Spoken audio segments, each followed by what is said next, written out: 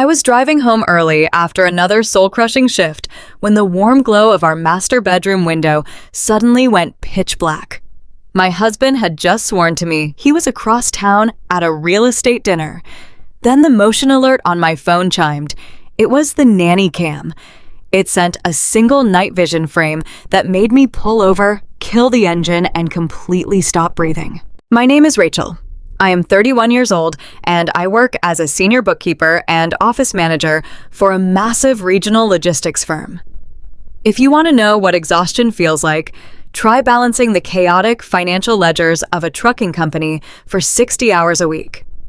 My days are an endless blur of reconciling shipping manifests, fighting with vendors over unpaid invoices, and staring at spreadsheets until my vision physically blurs. I smell like stale breakroom coffee and printer toner from the moment I wake up until the moment I collapse into bed. But I never complained. I never uttered a single word of resentment because I believed I was building a future for my family. I did it all for Greg. Greg is 34 and fancies himself an aspiring real estate developer. When we met, he had a head full of massive dreams and a bank account completely devoid of funds. Because I loved him with every fiber of my being, I gladly became the financial backbone of our marriage. I wore cheap clothes from discount racks and drove a 10-year-old sedan with a rattling engine so he could lease a brand new Mercedes. He told me he needed to look the part to secure high-level investors. I believed every word. I absorbed all the stress and the financial anxiety so he could play the charismatic big shot. It was a miserable, pouring, rainy Tuesday evening. The sky was the color of bruised iron. For the first time in over 6 months, the logistics firm had a quiet afternoon.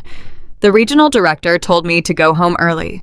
Usually, I would stay until 9 at night, squeezing out every hour of overtime pay I could manage to keep Greg's real estate LLC afloat. But that Tuesday, I packed up my desk at 6. I wanted to surprise my husband. I wanted to walk through the front door, smell a warm dinner, and maybe just sit on the couch with him and our 2-year-old son, Noah. I navigated the slick highways, the rhythmic thumping of the windshield wipers, lulling me into a rare sense of peace. I actually smiled as I turned into our neighborhood. We live in a quiet, affluent suburban cul-de-sac. The streets are lined with ancient oak trees and pristine manicured lawns. It is a neighborhood way out of my actual budget, but Greg insisted we needed a prestigious address for his image. As my old car crawled down the dark street, the rain washing over the pavement, I looked up at our house. It looked like a picture-perfect postcard. The warm golden light of our master bedroom was spilling out through the second-floor windows, cutting through the rainy darkness. I felt a surge of warmth in my chest. Greg was home. But right as I signaled to turn into the driveway, the bedroom light abruptly snapped off.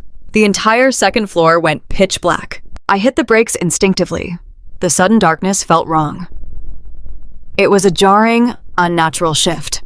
I pulled my car over to the curb, 2 houses down from our driveway, and put the engine in park. The rain hammered against my roof like a warning. I pulled my phone out of my purse to see if the neighborhood had a power outage, but the street lamps were still glowing brightly. The screen of my phone illuminated the dark cabin of my car. There was a text message waiting for me. It was from Greg. The timestamp said it was received exactly 20 minutes ago. I opened the message. It read, "Hey babe, I am stuck at this late-night networking dinner across town. The investors are really dragging this out. I probably will not be home until midnight. Kiss Noah for me. I love you." I sat frozen in the driver's seat. My eyes darted from the glaring text message on my screen to the dark silhouette of our house down the street. Greg's silver Mercedes was parked right there in the driveway. The sheer audacity of the lie hit me like a physical punch to the gut. He was not across town. He was inside the house, and he had just turned off the lights in the master bedroom. A thick, suffocating wave of anxiety began to rise in my chest. Was he in danger? Was someone breaking into the house? Was it an intruder? My mind raced through a dozen terrifying scenarios. I reached for the door handle, fully intending to sprint through the rain and burst through the front door to save my husband. Then my phone vibrated in my palm. It was not a text message. It was a push notification from the home security app. A sharp metallic ping echoed in the quiet car. The alert read, "Motion detected in the upstairs hallway." My heart hammered against my ribs like a trapped bird. The alert was coming from the nanny cam. I had bought a small, discreet camera hidden inside a plush teddy bear a few months ago. Its original purpose was to sit on the shelf in Noah's nursery so I could check on my son during my grueling late-night shifts at the logistics firm. It brought me peace of mind to see him sleeping safely. But a few days ago, Noah had grabbed the bear and dragged it out of his room. Our live and Nanny Lauren was supposed to put it back. Clearly, she had just dumped it on the console table in the upstairs hallway. The camera was now pointing directly at the door of the master bedroom. My fingers were trembling so violently I could barely grip the phone. The rain outside seemed to fade into absolute silence. The rational part of my brain screamed at me not to look, warning me that whatever triggered that camera in the dark was going to completely destroy my life. But I could not stop myself. The urge to know the truth was a powerful, consuming fire. I tapped the notification banner on my screen. The security application launched the loading wheel, spinning for 3 agonizing seconds before the live video feed materialized. The screen was bathed in the eerie, ghostly green and black hues of night vision. The camera angle was slightly skewed, tilted upward from the hallway table, but the picture was devastatingly clear. I stopped breathing. The air was violently sucked out of my lungs. Standing right in the frame, directly in front of the master bedroom door, was the towering silhouette of my husband. And he was not alone. Standing pressed against his chest was Lauren.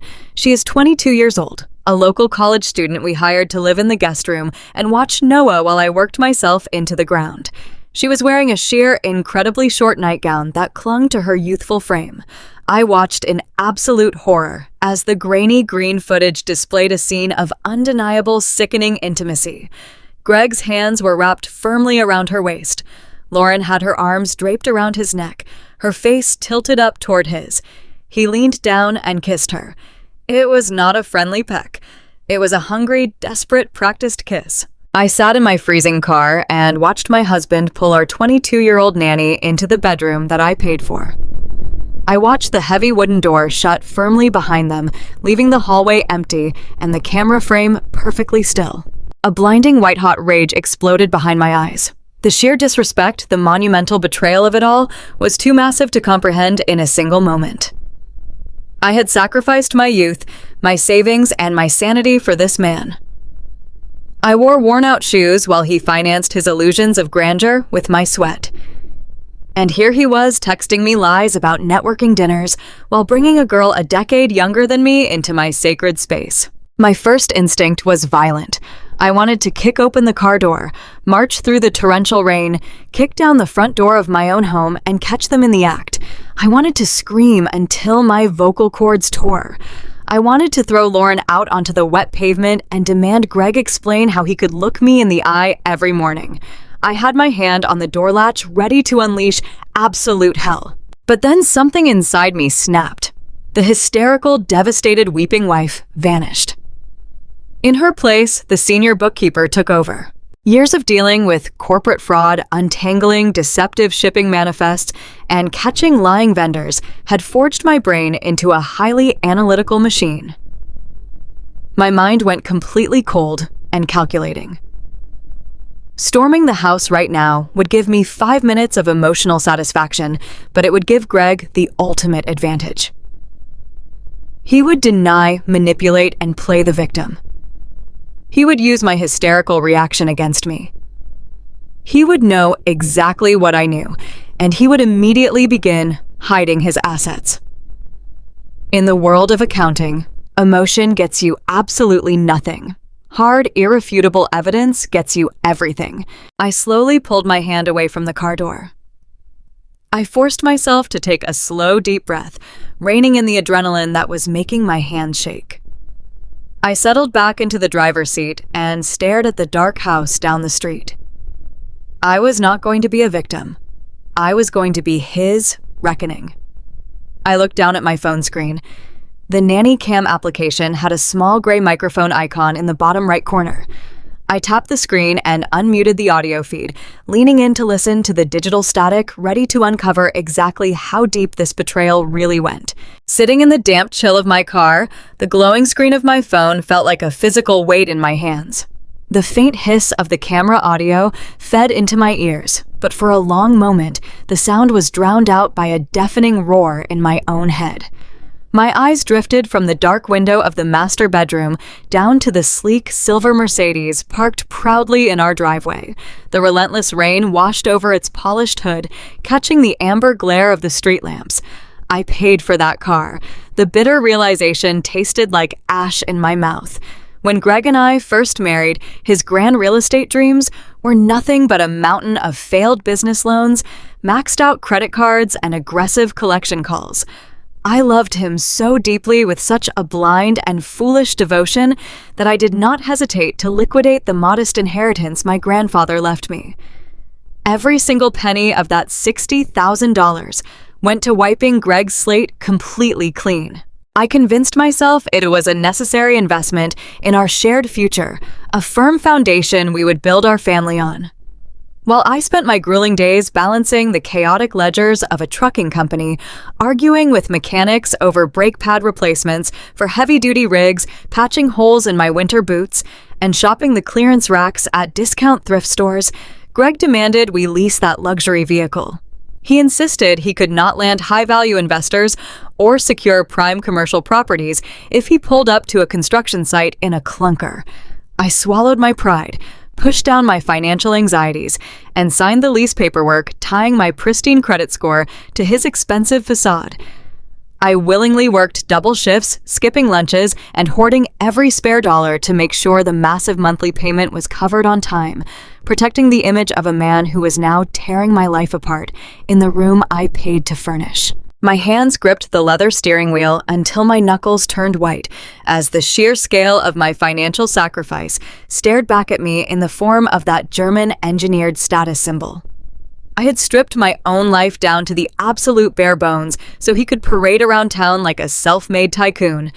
Every late night hunched over my office desk, every migraine I pushed through without complaint, every time I looked at a nice dress in a window display and told myself no, it was all to fund the grand illusion of a man who did not even have the basic decency to respect my marriage bed. The crushing weight of my own generosity felt like a physical burden pressing against my chest. A low, muffled murmur from the audio feed snapped my attention abruptly back to the phone screen. It was Greg's voice, smooth, confident, and rich. It was the exact tone he used when he was working a crowded room, the voice that effortlessly charmed our entire social circle. The agonizing irony of hearing it in this context made my stomach churn violently. To the outside world, looking in through the pristine windows of our neighborhood, we were the ultimate American success story. We lived in the right zip code, surrounded by manicured lawns and identical brick facades. We attended the right church every Sunday morning without fail.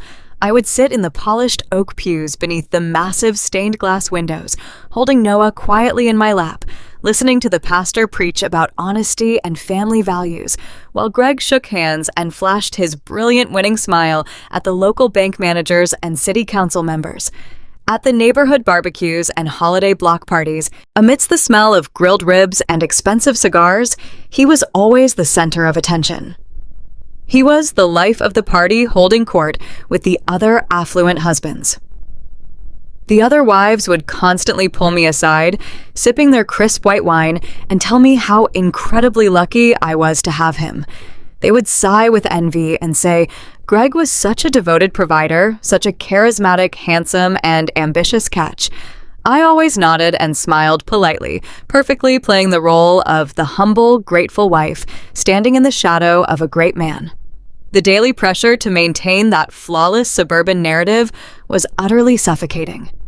I spent my rare days off scrubbing the house from top to bottom, maintaining the pristine landscaping, and organizing the perfect holiday dinners to ensure no one ever saw the bone-deep exhaustion hiding behind my eyes. I was the invisible, tireless engine running a flawless machine. carefully hiding the massive secret that Greg's real estate empire was entirely propped up by my grueling 60-hour workweeks. The community saw a self-made man and his exceptionally fortunate wife. They had absolutely no idea I was the one keeping the lights on both literally and financially. The sheer weight of that collective deception pressed down on me as I sat shivering in the dark. I had bent over backward, twisting my own reality to protect his fragile reputation, terrified that any hint of our true financial struggles would humiliate him.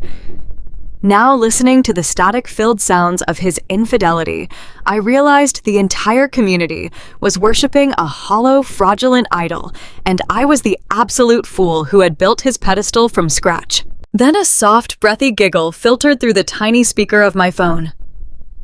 It was Lauren's voice, high and distinctly youthful, a sound that instantly transported my mind back to the heated, stressful argument we had 6 months ago. The memory struck me right in the chest with the force of a physical blow.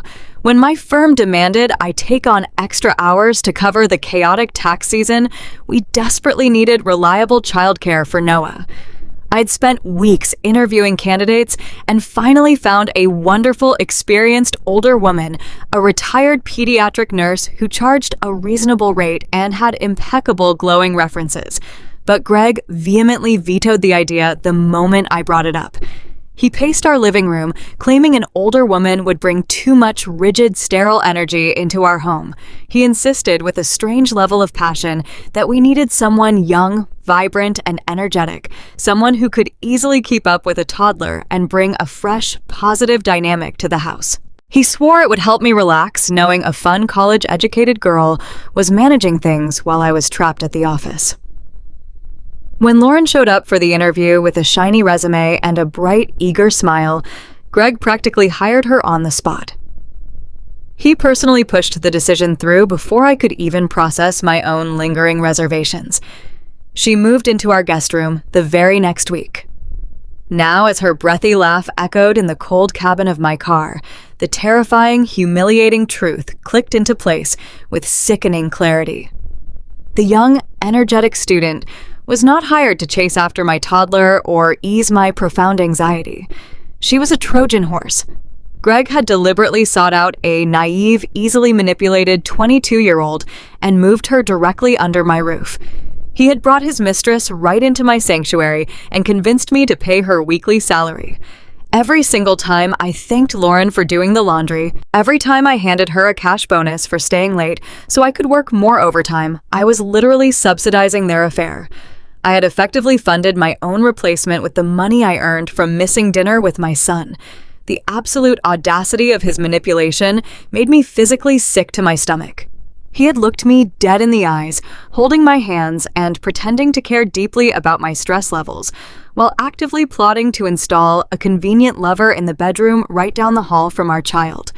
The realization added a thick, venomous layer to the betrayal, transforming Greg in my mind from a weak, cheating husband into a cold, calculating predator who saw my life as a game. The thought of Lauren living comfortably in my house immediately brought a dark, intensely familiar shadow creeping into my mind.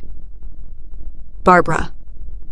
Greg's mother had always been a looming, oppressive presence in our marriage, a woman whose snobbish arrogance was only matched by her profound ignorance of our true financial reality. The painful tension in my chest thickened as I recalled the countless Sunday dinners where Barbara would sit at the expensive dining table I bought, eating the elaborate food I cooked after a long shift, only to casually demean my working-class roots. She came from a family of old, heavily depleted money and stubbornly viewed herself as local suburban royalty. She would look at my unpolished fingernails and tired posture, then constantly remind me that her brilliant son was a visionary meant for absolute greatness. She subtly implied at every turn that a simple logistics bookkeeper was an unfortunate anchor dragging him down. When Lauren moved in, Barbara was instantly and vocally delighted. She praised the girl, endlessly commenting on how refined, cheerful, and well-mannered she was, intentionally drawing sharp, passive-aggressive contrasts to my constant visible exhaustion. Barbara would drop by unannounced during the day, completely ignoring the fact that I was bleary-eyed from working until midnight the night before, just to complain about a speck of dust on the baseboards, while treating Lauren like a cherished adopted daughter. I had endured Barbara's relentless emotional abuse for 8 years in absolute silence, biting my tongue until it bled to keep the peace for Greg's sake. I let her insult my family background, my modest clothes, and my demanding career because I wanted so desperately to be accepted into his world and make him happy. But sitting in the freezing rain, clutching my phone as the audio feed crackled, the ultimate unforgivable insult crystallized in my brain. My entire adult life was built on a fragile foundation of unappreciated bleeding sacrifice. I had bankrolled her son's glamorous fake life, swallowed her toxic elitist insults, and literally paid the wages of the young girl sleeping with my husband. Every single person in that house viewed me not as a loving wife or a devoted daughter-in-law, but merely as a beast of burden meant to be worked to the bone for their comfort. The crushing realization that my fierce loyalty had been rewarded with nothing but profound, mocking contempt washed over me, rapidly solidifying the cold, metallic resolve taking permanent root in my soul. I was done being their stepping stone. Sitting in the freezing driver's seat of my parked car, the heavy rain pounding against the roof felt entirely disconnected from the suffocating silence inside the cabin. I stared at the glowing screen of my phone, my thumb hovering over the small microphone icon on the security application. I tapped it. A brief burst of digital static hissed through my car speakers, quickly giving way to the crisp, clear audio feed from the hidden camera in the upstairs hallway. I expected to hear the typical sickening sounds of a physical affair. I braced my entire body for the hushed whispers of illicit romance or the rustle of clothing. Instead, what filtered through the speakers made the blood in my veins run completely cold. They were not murmuring sweet nothings in the dark. They were having a high-level, calculated corporate meeting. Greg's voice was incredibly casual, carrying the same arrogant, relaxed tone he used when negotiating a vendor contract over the phone. There was absolutely no guilt, no hesitation, and no shame. I heard the clinking of a glass, likely the expensive bourbon I had bought him for his birthday last month. Then came Lauren's voice. It was completely devoid of the sweet, naive college girl persona she wore around me. She sounded sharp, impatient, and chillingly entitled. She asked him if he had finally spoken to the loan officer at the bank. I pressed the phone closer to my ear, straining to catch every single syllable over the rhythmic drumming of the rain outside. Greg laughed, a low, dismissive sound that I had heard 1,000 times before. He told Lauren that the bank had already approved the appraisal and the underwriting was finished. He bragged about how easy it was, how the bank practically threw the money at them because of my immaculate credit score. My pristine financial history, built on years of 60-hour work weeks and clipping grocery coupons, was being openly discussed as their personal golden goose. This was not a moment of weakness or a crime of passion. This was a meticulously planned business transaction, and I was the oblivious mark being led straight to the slaughterhouse. Lauren pressed him further, her voice sharp and demanding, asking about the legal risks and whether I would figure it out before the funds cleared. She did not sound like a young girl swept up in a forbidden romance. She sounded like a greedy, seasoned accomplice, verifying the escape route after a major bank heist. The sheer, terrifying reality of the situation washed over me. The man I had promised my life to was not just cheating on me. He was conspiring with a 22-year-old girl to completely dismantle my life brick by hard-earned brick. I gripped the steering wheel so hard, my fingernails dug painfully into my palms. The audio feed crackled again as Lauren let out a frustrated sigh. She complained that she was tired of sneaking around, tired of living in the tiny guest bedroom, and tired of pretending to care about my son. Hearing her speak about Noah with such callous, dismissive annoyance sent a violent wave of maternal rage crashing through my chest. But before I could even process that anger, Greg delivered the fatal blow. His words echoed through the quiet cabin of my car with terrifying clarity. He told her to just be patient for a few more days. Then he said the exact sentence that will haunt me for the rest of my life. Once Rachel signs the home equity paperwork on Friday, I will transfer the $200,000 to your LLC and we will leave her with the debt. The words hung in the air, heavy and lethal. $200,000. The home equity paperwork. Lauren's LLC. It felt as though someone had taken a sledgehammer directly to my ribs. That house was my sanctuary. I had saved for the down payment for 5 grueling years before I even met Greg.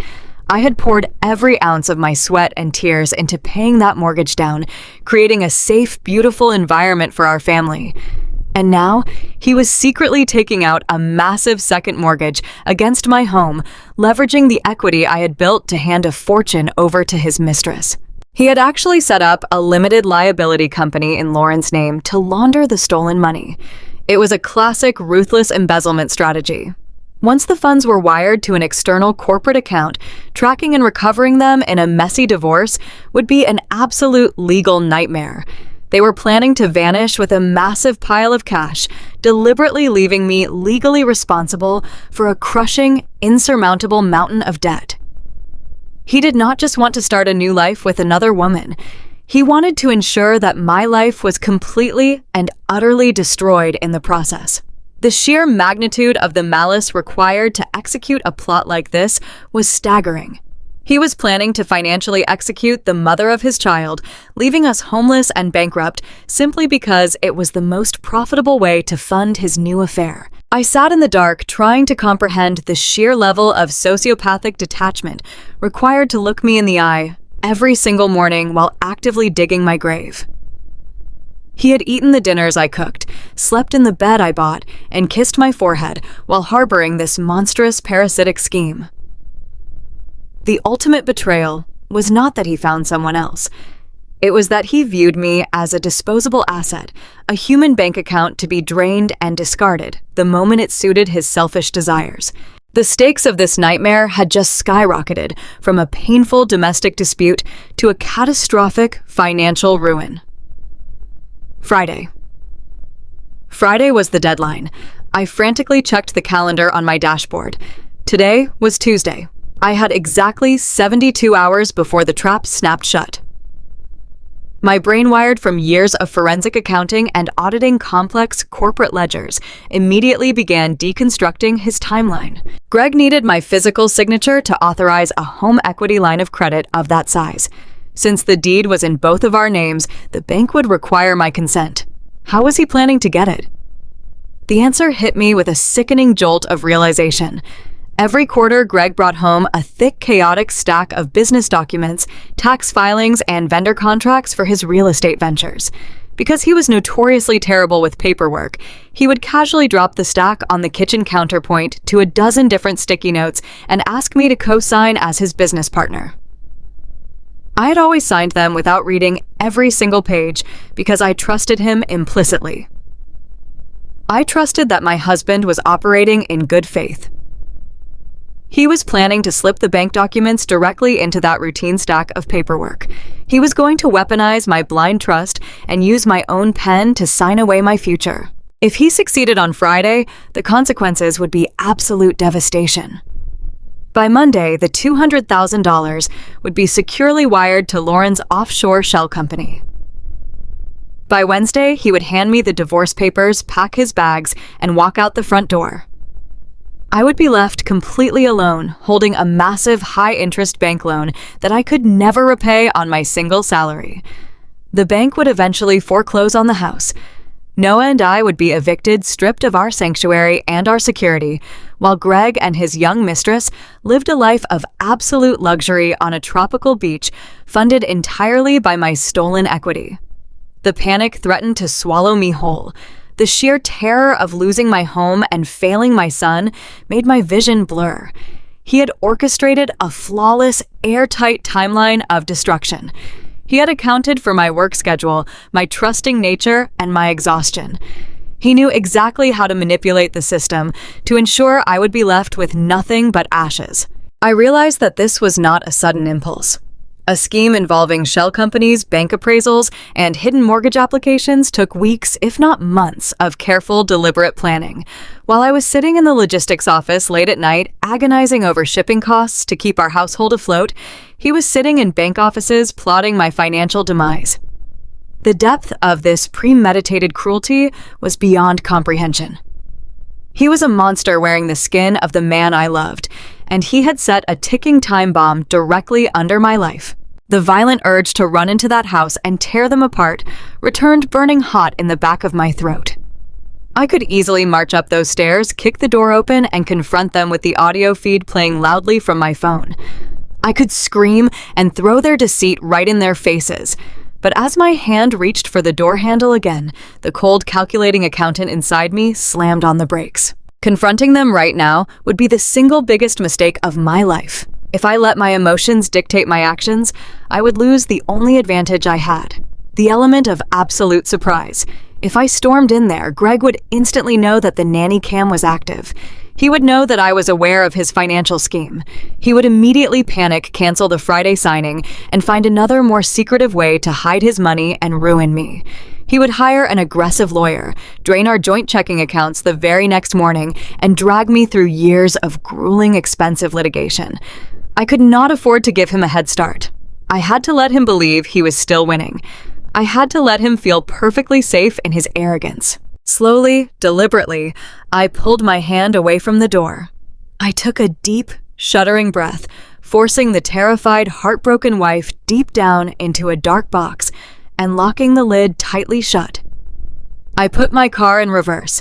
The engine hummed quietly as I backed out of the cul-de-sac, leaving the glowing windows of my home behind in the rainy darkness. I drove for miles without a destination, the rhythmic swipe of the windshield wipers, the only sound in the silent cabin. I eventually pulled into the glowing neon-lit parking lot of an all-night diner on the edge of the highway. The bell above the door chimed as I walked into the empty fluorescent-lit room. I sat down in a cracked vinyl booth in the very back corner and ordered a cup of black coffee from a tired waitress. I pulled a napkin from the dispenser and carefully, methodically wiped the last remaining tears from my face. I stared at my reflection in the dark, rain-streaked window pane.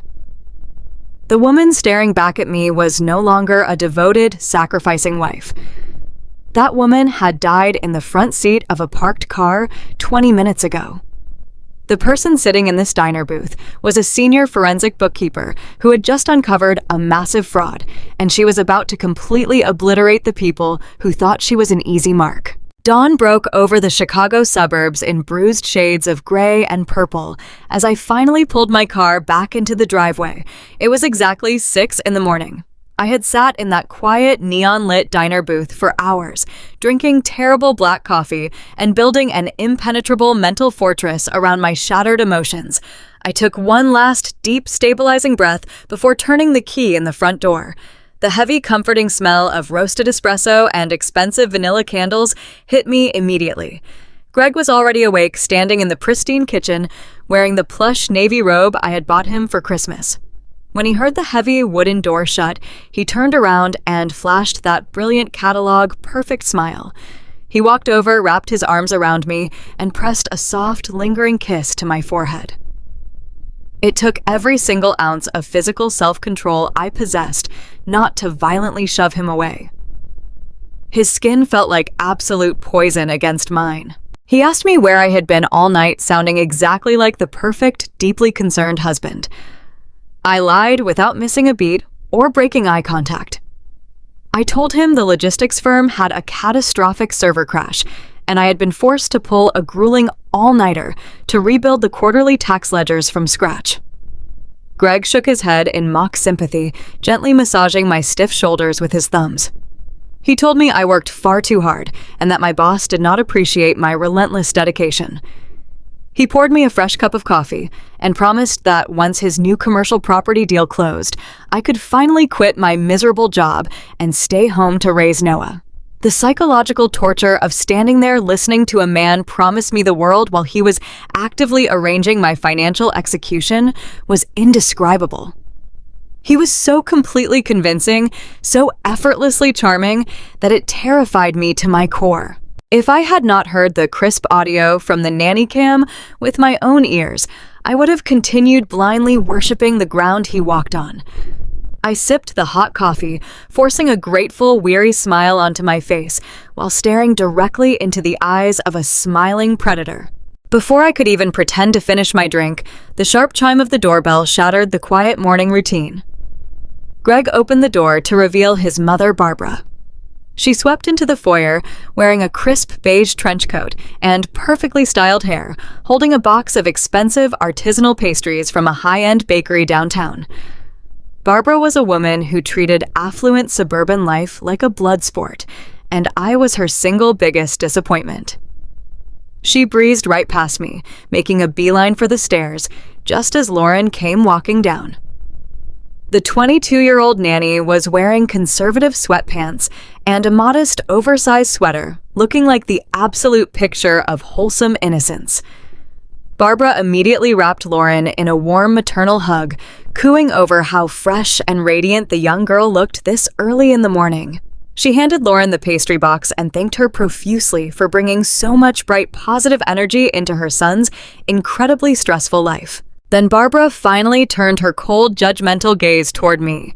She scanned my wrinkled, damp work clothes and the dark circles under my exhausted eyes with poorly concealed disgust.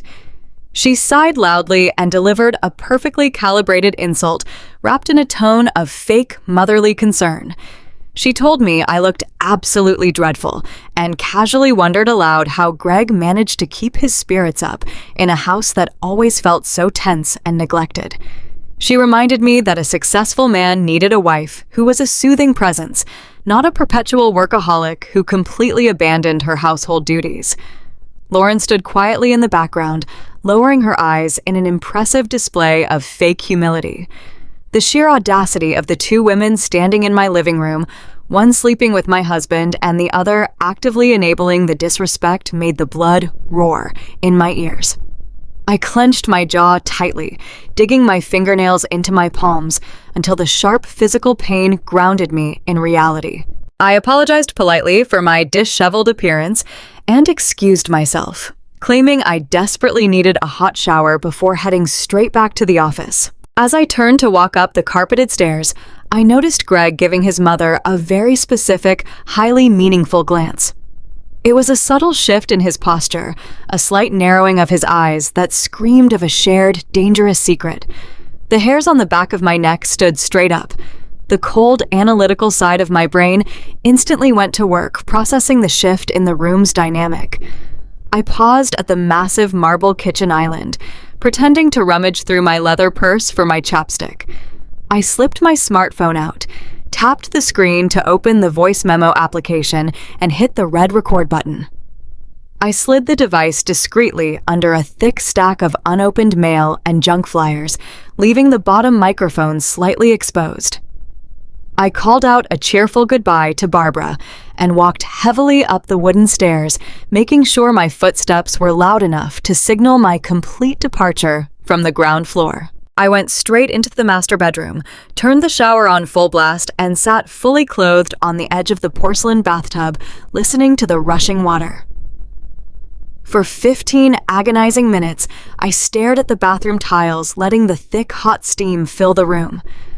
I was methodically preparing myself for whatever new, horrifying nightmare I was about to uncover.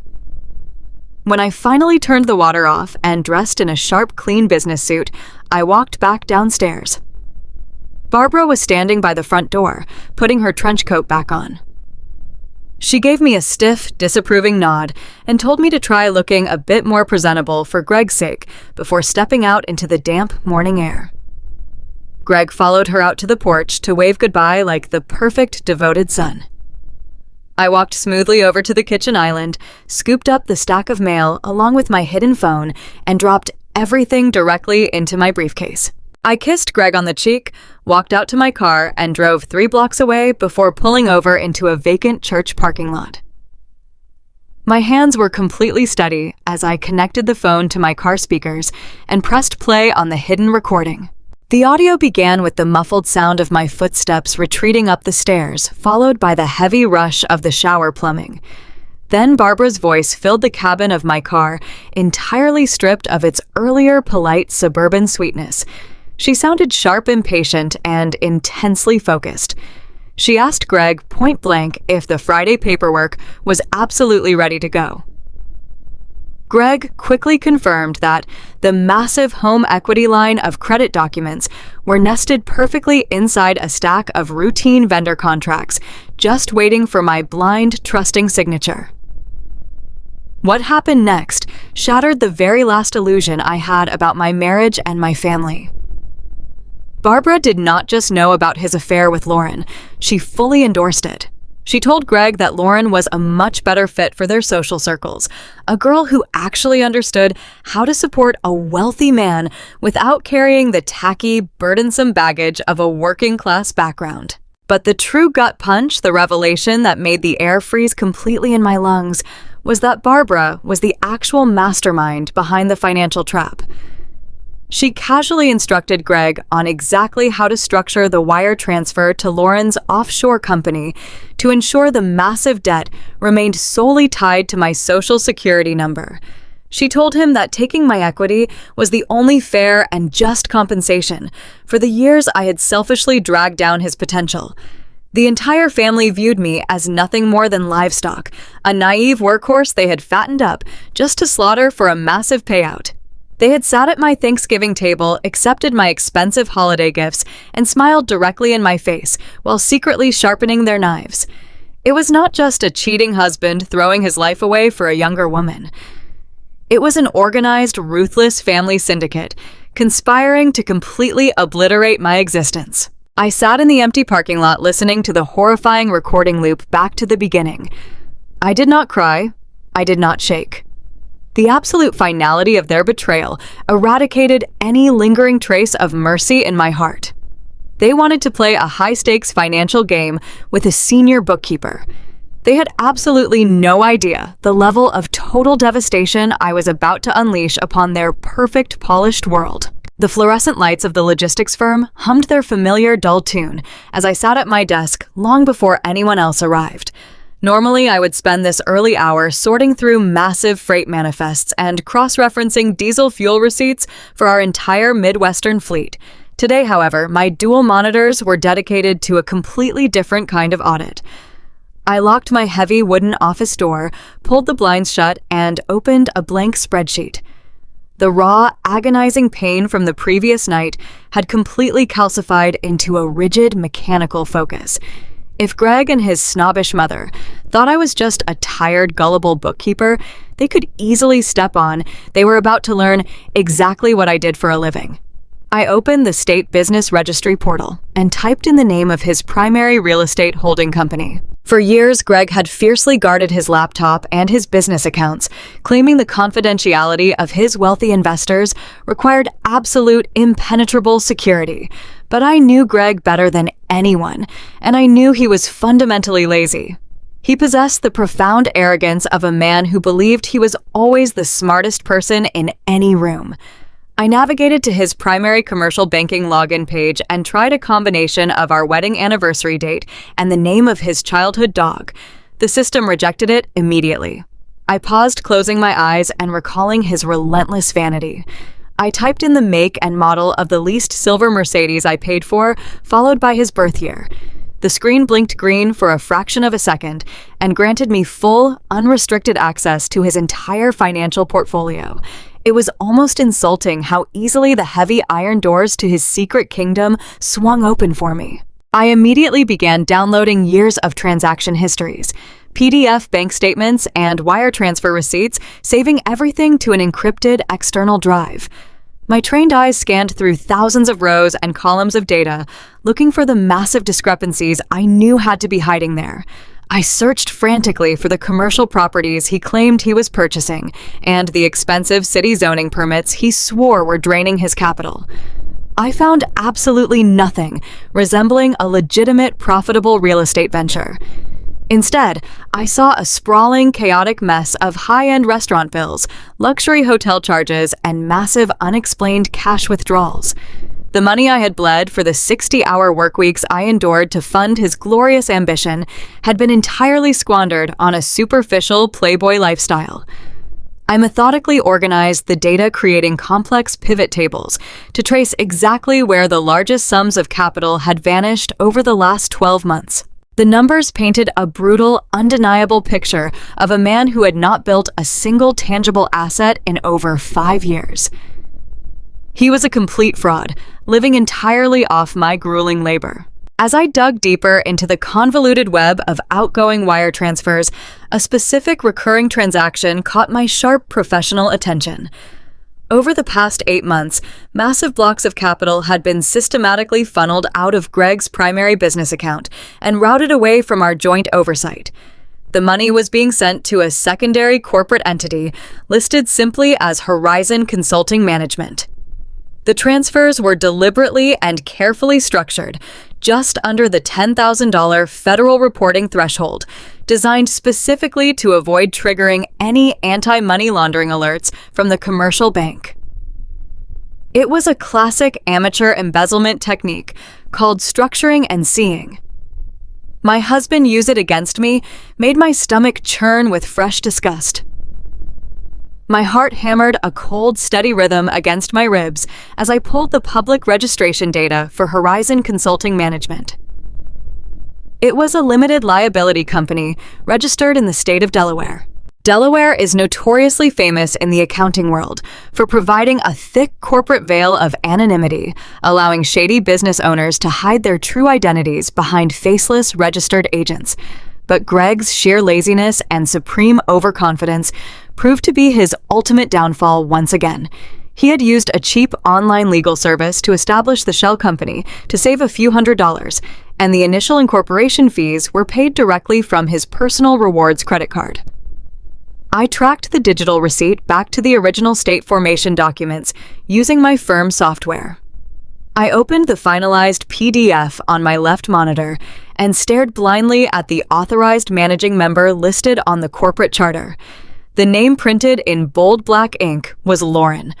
The 22-year-old college student, currently sleeping in my guest room, was legally listed as the sole proprietor of a holding company containing over $100,000 of my hard-earned money.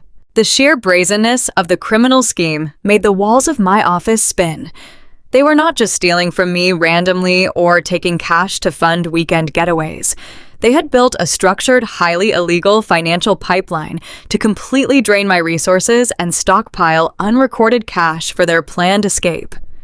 Every single time Greg told me a property deal fell through and he needed an emergency infusion of cash from our savings to keep his investors happy, he was actually funneling that money directly into Lauren's hidden offshore accounts. He was methodically bankrupting me piece by piece, transfer by transfer, preparing for the day he would execute the final massive home equity loan and disappear into thin air. The absolute horror of their premeditated malice was staggering. They had weaponized my love and turned my own financial discipline into the very instrument of my destruction. A sudden, terrifying thought pierced through the overwhelming fog of my righteous anger and brought a cold sweat to the back of my neck. If Greg was willing to siphon the business accounts, forge corporate documents, and actively leverage our home equity to fund his new life, what else had his greedy hands touched? I quickly opened a new browser tab and navigated directly to our personal retail banking portal. I bypassed the main checking and savings accounts, entirely completely ignoring the household budgets I managed every week. My trembling fingers clicked directly onto the high-yield educational trust account. This was the sacred, absolutely untouched reserve I had established the very month my son Noah was born. Every time I received a holiday bonus from the logistics firm, every time I picked up an extra weekend shift, managing payroll for a secondary client, I deposited the money directly into that specific fund. I had diligently and painfully accumulated $40,000 to guarantee that my little boy would never have to drown in the same crippling student loan debt that had once suffocated his father. I watched the circular loading icon spin on the glowing screen, praying silently to a God I had not spoken to in years. The web page finally refreshed. The account balance displayed in stark, brutal red numbers was exactly 0. A physical wave of nausea washed over me so violently, I had to grab the heavy wooden edge of my desk to stop myself from completely falling out of my office chair. My vision tunneled, leaving only the horrifying 0 in my line of sight. I clicked frantically on the transaction history, desperately hoping it was a banking error or a routine system glitch. The digital ledger showed a single massive wire transfer initiated just 3 days ago, completely liquidating the entire $40,000 in one fell swoop. The funds were routed directly to Lawrence, Delaware Shell Company. The air in my office suddenly felt far too thick to breathe. It was one thing to cheat on your wife. It was one thing to lie to my face and steal the money I earned to buy designer clothes and fund secret vacations. But stealing from our 2-year-old son crossed a boundary so profoundly dark and unforgivable that it fundamentally altered my entire psychological makeup. He had taken Noah's future, the very safety and security I had sacrificed my own youth to provide, and cheerfully handed it to a young girl he was sleeping with. The pain radiating in my chest was absolute and blinding. Hot tears of pure maternal fury spilled down my cheeks, ruining the professional makeup I had carefully applied that morning. The mourning, heartbroken wife, weeping over a broken marriage, was completely dead and gone forever.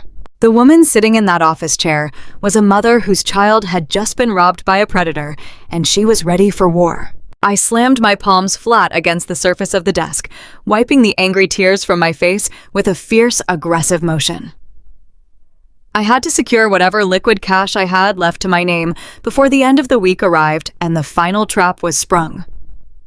My most recent paycheck from the logistics firm, roughly $4,000, had just been directly deposited into our joint checking account late the night before. I desperately needed every single cent of that money to retain the most ruthless divorce attorney in the city of Chicago. I navigated back to the main banking dashboard, intending to immediately transfer the entire available balance into a new private account solely under my name. I typed in my personal routing numbers, confirmed the exact transfer amount, and firmly clicked the submit button. The screen paused for a fraction of a second before flashing a massive yellow warning banner across the display. The bold text informed me that my transaction could not be processed due to a mandatory security freeze placed on the account. Panic, icy, and sharp spiked directly into my veins. I clicked the prompt to contact customer service, my hands shaking violently as I dialed the toll-free number on my cell phone. After navigating an agonizing maze of automated menus, a human banking representative finally answered the call. I provided my social security number and demanded to know exactly why my funds were restricted without my permission. The representative used a polite, heavily rehearsed tone to inform me that my husband Greg had called the fraud department at 8 o'clock that very morning.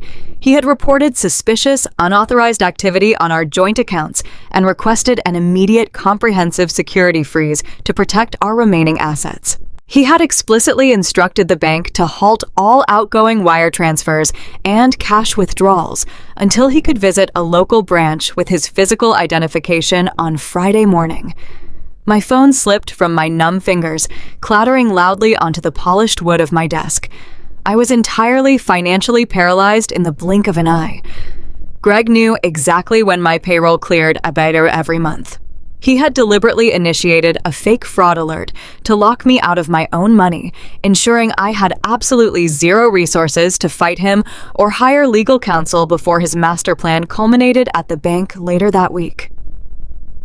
He had trapped me in a perfectly designed cage, cutting off my oxygen and leaving me completely defenseless against his impending attack.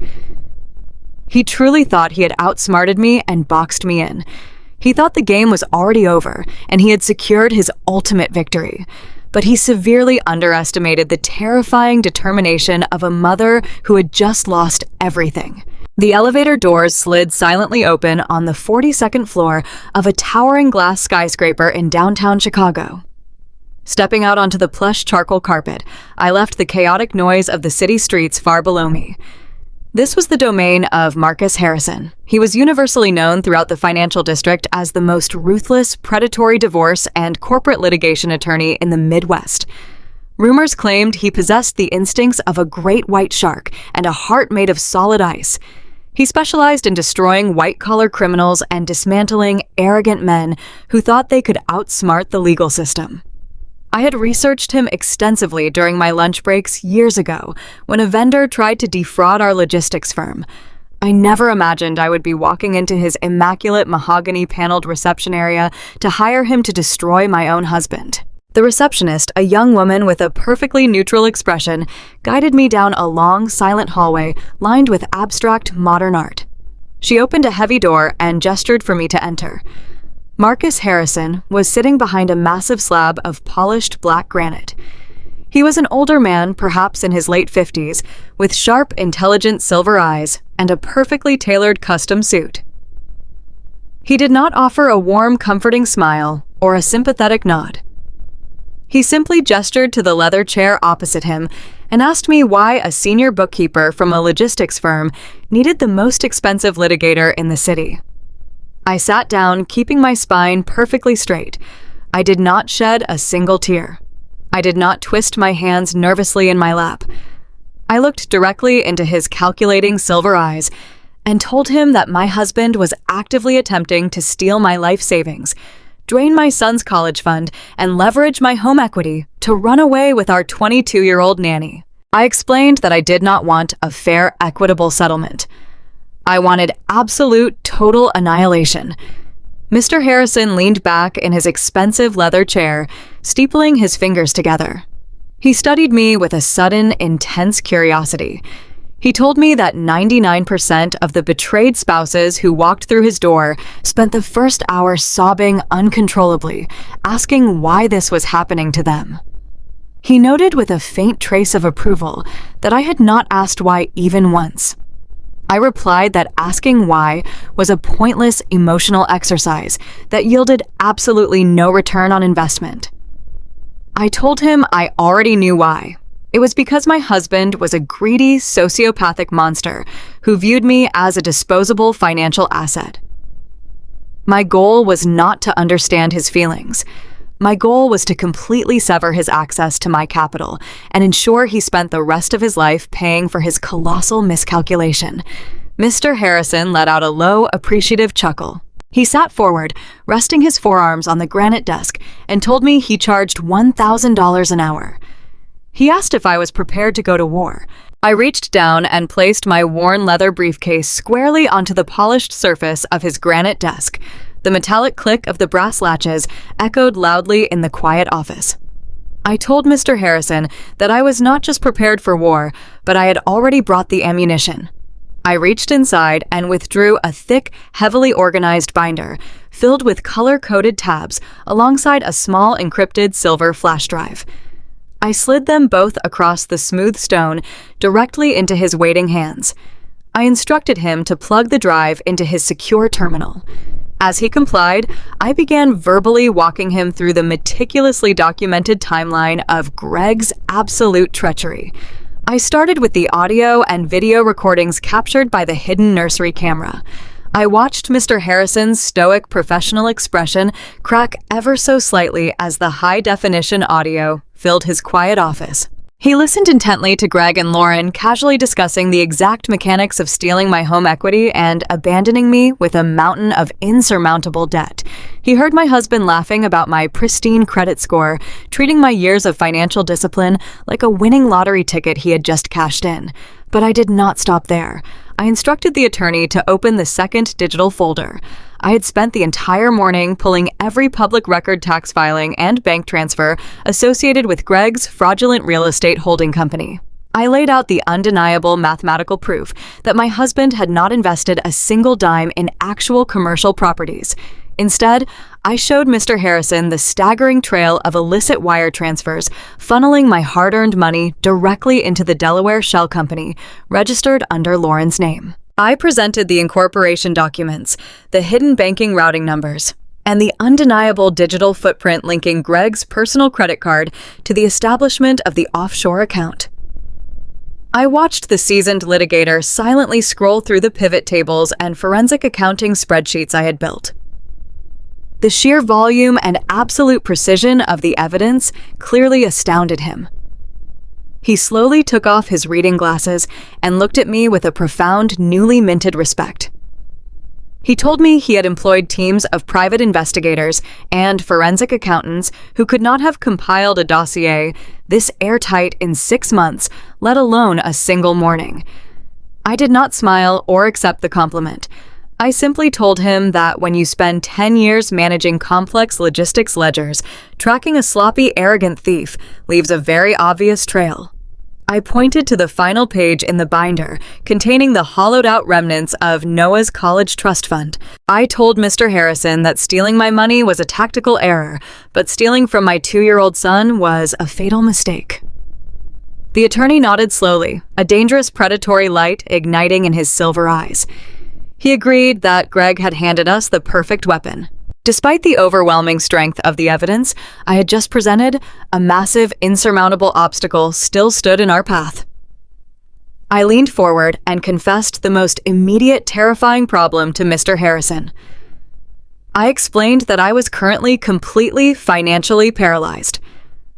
I told him how Greg had maliciously initiated a fake fraud alert on our joint checking and savings accounts early that morning, effectively freezing all of my available liquid capital. I frantically explained that my most recent paycheck, containing $4,000 desperately needed dollars, was trapped behind a digital wall. Greg knew I would need money to fight him, and he had preemptively suffocated my resources, leaving me entirely unable to pay Mr. Harrison's exorbitant retainer fee. The attorney did not look panicked. He simply steepled his fingers again and asked me to walk him through my entire financial history, starting from the very first day I opened a bank account as a young working adult. I closed my eyes and verbally listed every financial institution I had ever interacted with, every loan I had ever signed, and every corporate payroll account I had ever utilized. I mentioned a very old local credit union account I had opened when I first started freelancing as an independent bookkeeper long before I ever met Greg. I told Mr. Harrison I had set it up as a sole proprietorship, doing business under my maiden name to handle miscellaneous tax consulting fees. I had not actively used the account in years, but it was technically still open and completely untethered from my marital identity. A sharp, genuine smile finally broke across Mr. Harrison's face. He told me that Greg's fraud alert freeze only applied to the specific joint retail accounts tied to our shared marital Social Security profiles. Greg could not legally freeze an independent commercial business account registered entirely under my maiden name and a separate employer identification number. It was a massive, glaring legal loophole, born of Greg's ignorance of my early career. Mr. Harrison quickly slid a legal pad across the desk and dictated a precise set of instructions. He told me to immediately call the logistics firm's payroll department and claim my primary retail account had been compromised by identity theft. I was to instruct them to instantly cancel the recent direct deposit and reissue the $4,000 via an emergency wire transfer directly into my old independent commercial account. Because I was the senior office manager, processing this request took less than 10 minutes. I stood in the corner of his office speaking rapidly to my payroll director, and within moments, the digital funds were successfully rerouted, bypassing Greg's malicious trap entirely. I watched the new balance populate on my phone screen, feeling a massive wave of pure relief wash over my exhausted body. I immediately authorized a digital transfer wiring the entire $4,000 straight into Mr. Harrison's corporate retainer account. I was officially armed, and the shark was officially off his leash. With the retainer fee successfully secured and my legal representation officially cemented, I demanded immediate action. I told Mr. Harrison I wanted the divorce papers drafted, printed, and served to Greg by the end of the business day. I wanted the locks changed on my house, the nanny thrown out onto the street, and the entire fraudulent empire completely dismantled before the sun went down. I was ready to scorch the earth and salt the fields. But the seasoned litigator held up a single calming hand, stopping my aggressive momentum dead in its tracks. He looked at me with those cold, calculating silver eyes and told me that filing for a standard divorce right now would be a monumental strategic failure. He explained that if we confronted Greg today, it would merely be a messy domestic dispute over hidden marital assets. Greg would hire his own aggressive defense attorney, claim the transfers were legitimate bad business investments, and drag the asset division through family court for 3 grueling years. Mr. Harrison leaned across the dark granite desk, his voice dropping to a low conspiratorial whisper. He reminded me of the ticking time bomb scheduled for Friday. Greg was planning to walk into a federally insured banking institution and submit heavily forged, manipulated home equity loan documents to secure $200,000. Mr. Harrison explained the brutal, terrifying reality of the American legal system. He told me that lying to your wife is a civil matter, but submitting forged financial documents to a major bank to secure a fraudulent loan across state lines is a massive federal crime. It instantly escalates from a simple divorce proceeding to federal wire fraud, bank fraud, and conspiracy to commit embezzlement. He told me we were not going to stop Greg from going to the bank. We were going to quietly step back and let him walk directly into his own execution. We were going to let him present the fraudulent paperwork, sign his name on the dotted line, and initiate the illegal wire transfer to Lawrence, Delaware Shell Company. The moment that stolen money crossed state lines, the trap would slam permanently shut. The jurisdiction would instantly shift from a local family court judge to the Federal Bureau of Investigation. Greg and Lauren would not just face a loss of assets, they would face decades in a federal penitentiary. The sheer genius of the counterattack sent a shiver of absolute awe down my spine. It required incredible psychological endurance. I would have to go home, smile at my husband, and pretend to be the naive, foolish wife for 3 more agonizing days. But the ultimate reward was total, absolute justice. I looked at Mr. Harrison, feeling the last remnants of my broken heart harden into impenetrable steel. I nodded my head once, confirming the plan. The trap was officially set and the countdown had begun. Stepping back into my own house felt exactly like crossing the heavily guarded threshold into a maximum security prison. Every single breath I drew had to be carefully measured and controlled. Every facial expression had to be perfectly calculated to hide the roaring inferno of rage burning inside my chest. The psychological strain of sharing a living space with a man actively conspiring to destroy my life was an absolute waking nightmare.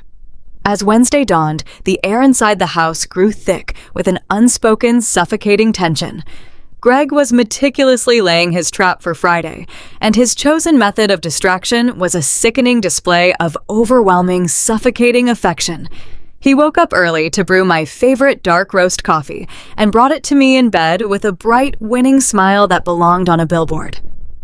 He kissed my cheek, lingered near my neck, and told me how much he appreciated my relentless hard work. I forced my facial muscles to relax into a soft, grateful expression while my stomach violently churned. I took a sip of the hot coffee and told him I loved him, knowing the words were nothing but toxic ash on my tongue.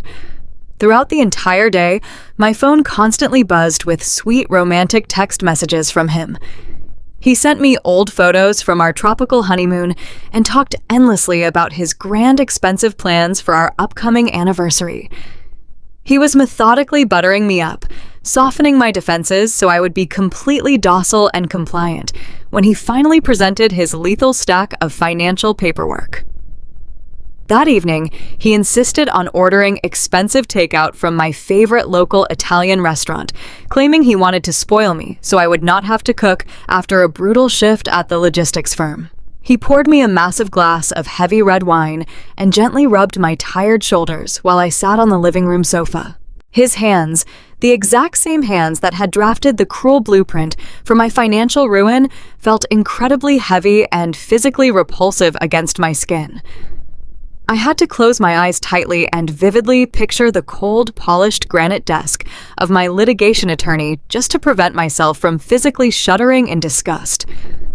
I nodded enthusiastically as Greg spun elaborate, detailed fictional tales about his latest commercial real estate prospects. He spoke with such genuine passion and unwavering conviction that his ability to lie genuinely terrified me. He was a masterful actor playing the role of the devoted, providing husband with flawless, terrifying precision. I sat there, sipping my expensive wine and playing the exhausted, trusting wife, counting every agonizing second until the end of the week. I mirrored his energy, laughing at his jokes and leaning into his touch while my mind quietly organized the exact sequence of events that would eventually lock him in a federal penitentiary. While Greg played the role of the loving, dedicated partner, Lauren took a completely different and far more infuriating approach. The 22-year-old nanny was clearly drunk on the intoxicating illusion of her impending wealth. She clearly believed the trap was already sprung, and the $200,000 was practically sitting securely in her Delaware offshore account. Her behavior shifted dramatically from a quiet, helpful college student to an incredibly arrogant, entitled brat overnight. She began acting like the undisputed lady of the house, parading through the kitchen and the living room with a brazen, unapologetic sense of ownership. When I came downstairs on Thursday morning, the kitchen sink was piled high with her dirty dishes, and her empty, expensive smoothie cups were left sitting casually on the pristine marble island I scrubbed by hand every weekend. She did not even bother to look up or greet me properly. She simply offered a lazy, dismissive wave from the expensive leather couch where she was aggressively scrolling through her phone. But the most infuriating detail, the single thing that made my blood boil hot and fast, was resting right against her collarbone. She was wearing a brand new, incredibly delicate diamond pendant necklace. It caught the morning sunlight, perfectly casting small, arrogant prisms across the painted walls of my living room. I recognized the specific designer cut immediately. I had seen the exact transaction for that luxury jewelry buried deep inside the corporate ledgers I had hacked the day before. Greg had used the money siphoned from my relentless overtime hours to buy his young mistress a glittering, expensive trophy. She flaunted it openly, tilting her neck so the diamonds would inevitably catch my eye. She gave me a long, patronizing look and casually remarked that I looked terribly run down. She told me with a sickly sweet voice that I really needed to start taking much better care of my physical appearance, because a man of Greg's stature deserved a wife who could match his vibrant, youthful energy. The sheer absolute disrespect was so staggering, it almost took my breath away. I stood in my own kitchen, gripping the cold edge of the counter, and stared directly at the young woman who was actively sleeping with my husband under my own roof. The primal violent urge to reach across the island and rip that stolen diamond necklace right off her throat was incredibly powerful. Instead, I summoned my most convincing, vacant smile. I thanked her warmly for her concern and told her I was just incredibly lucky to have someone so helpful and energetic around to assist with the heavy lifting. I watched her smirk with deep, arrogant satisfaction, entirely unaware that she was gleefully dancing on the absolute edge of a massive legal cliff. She thought she was replacing me, but she was simply volunteering to be a co-defendant. That same Wednesday evening presented another grueling, agonizing test of my psychological endurance. It was the night of the mandatory monthly community potluck at our massive, affluent suburban church. Attendance was absolutely non-negotiable in Greg's mind because it was his absolute prime networking and hunting ground.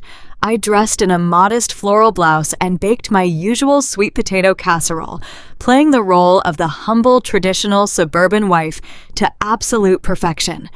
The enormous fellowship hall was packed to the brim with wealthy neighbors, loud running children, and the overwhelming smell of baked ziti and cheap coffee. Barbara arrived precisely on time, swathed in an expensive cashmere wrap, and immediately took complete control of the room.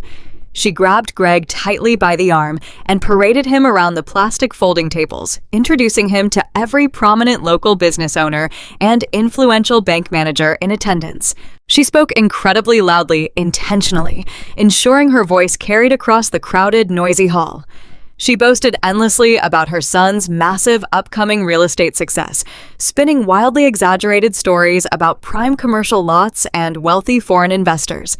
She painted Greg as a visionary financial genius on the absolute brink of launching a massive, lucrative empire. I sat quietly at a corner table, holding a flimsy paper plate full of cold pasta salad, watching the sickening theatrical spectacle unfold.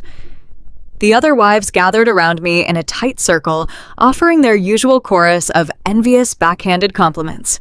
They told me repeatedly how incredibly blessed I was to be married to such a driven, charismatic, and handsome man. They praised Barbara openly for raising such a wonderful, devoted son. I nodded politely and offered my standard practiced replies, while the sheer suffocating hypocrisy in the room threatened to completely crush my lungs. Barbara eventually broke away from her captive audience and strutted purposefully over to my isolated corner table. She looked down her nose at my simple clothes and my quiet, exhausted demeanor with an expression of pure, unadulterated disdain. She leaned in incredibly close, smelling strongly of gin and expensive heavy perfume, and whispered venomously that I needed to stop looking so intensely miserable and start acting like I truly belonged in a highly successful family. She told me in a sharp, biting tone that I was incredibly fortunate that Greg was willing to carry my dead, boring weight to the absolute top of the social ladder. I looked directly into the cold eyes of the woman who had happily plotted to steal my home and financially bankrupt her own innocent grandchild. I did not flinch or look away. I gave her a bright, completely empty smile and told her I knew exactly how lucky I truly was. I told her that Friday was going to be a monumental day that would change all of our lives forever. She smirked smugly, believing I was totally clueless to her impending victory. The ultimate terrifying climax of this agonizing performance arrived late on Thursday night. The house was finally quiet, and the heavy rain had stopped, leaving the suburban streets outside, slick and dark. I was sitting at the kitchen island reviewing my actual logistics reports when the heavy front door opened. Greg walked in, loosening his expensive silk tie and dropping his heavy leather briefcase onto the hardwood floor with a loud, dramatically exhausted sigh. He walked over, kissed the top of my head, and poured himself a large, heavy glass of expensive bourbon. He complained bitterly about how incredibly demanding his high-net-worth investors were and how he just desperately wanted to get the quarterly corporate paperwork out of the way so we could enjoy a relaxing weekend together. He reached down into his bag and pulled out a massive, chaotic stack of manila folders and loose printed documents. He dropped the heavy, intimidating pile directly onto the kitchen counter right in front of my open laptop. He took a long, slow sip of his drink, acting entirely nonchalant as he quickly leafed through the dense pages.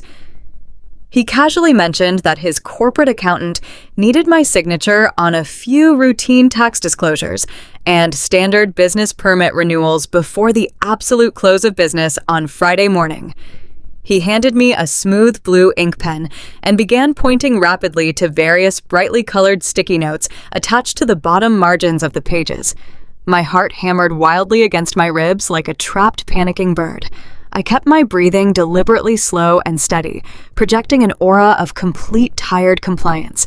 I flipped through the dense legal jargon, pretending to blindly sign wherever he pointed without reading a single word. But my highly trained forensic eyes scanned every single paragraph with lethal predatory precision. Buried deep inside the third thick folder, sandwiched neatly between a fake commercial lease agreement and a generic tax liability waiver, was the document. The bold black header read, Federal Home Equity Line of Credit Authorization. The principal requested amount listed was exactly $200,000. The property address matched my beloved home perfectly. The primary applicant was Greg. The secondary consent signature required was mine. He tapped the sticky note at the bottom of the page, his hand completely steady, his breathing perfectly calm and rhythmic. He was asking me to sign my own financial death warrant while casually drinking a glass of bourbon in my own kitchen. I took a slow, silent breath. I did not hesitate or pause.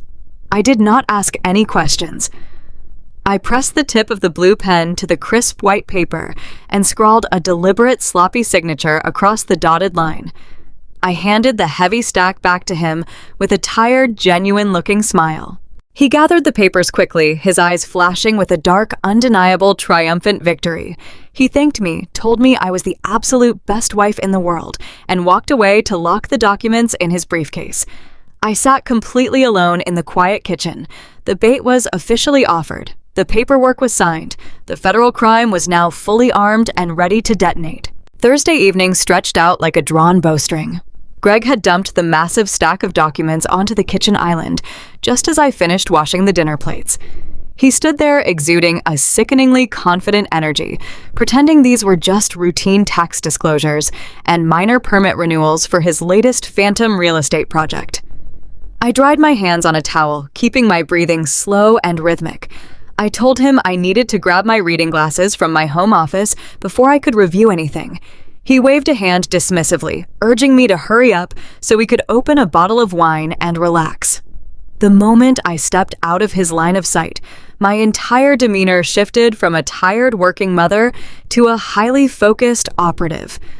Earlier that afternoon, Mr. Harrison had provided me with a specific piece of specialized equipment.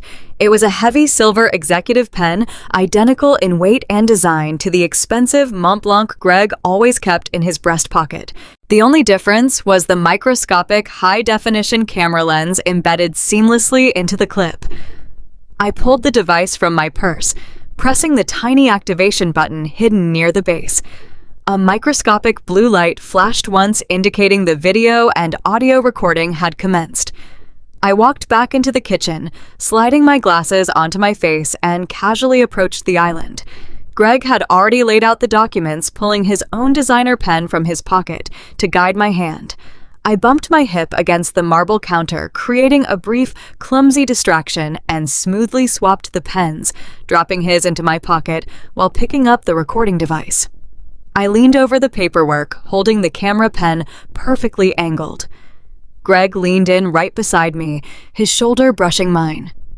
He began flipping rapidly through the dense legalese, pointing directly at the brightly colored sticky notes he had placed at the bottom of the pages. He was completely unaware that the tiny lens was capturing every single movement. I asked him specific targeted questions about the nature of the forms, forcing him to verbally confirm that these were standard business renewals. The hidden microphone picked up his smooth, lying voice with terrifying clarity as his index finger tapped directly against the signature line of the Federal Home Equity Line of Credit Authorization.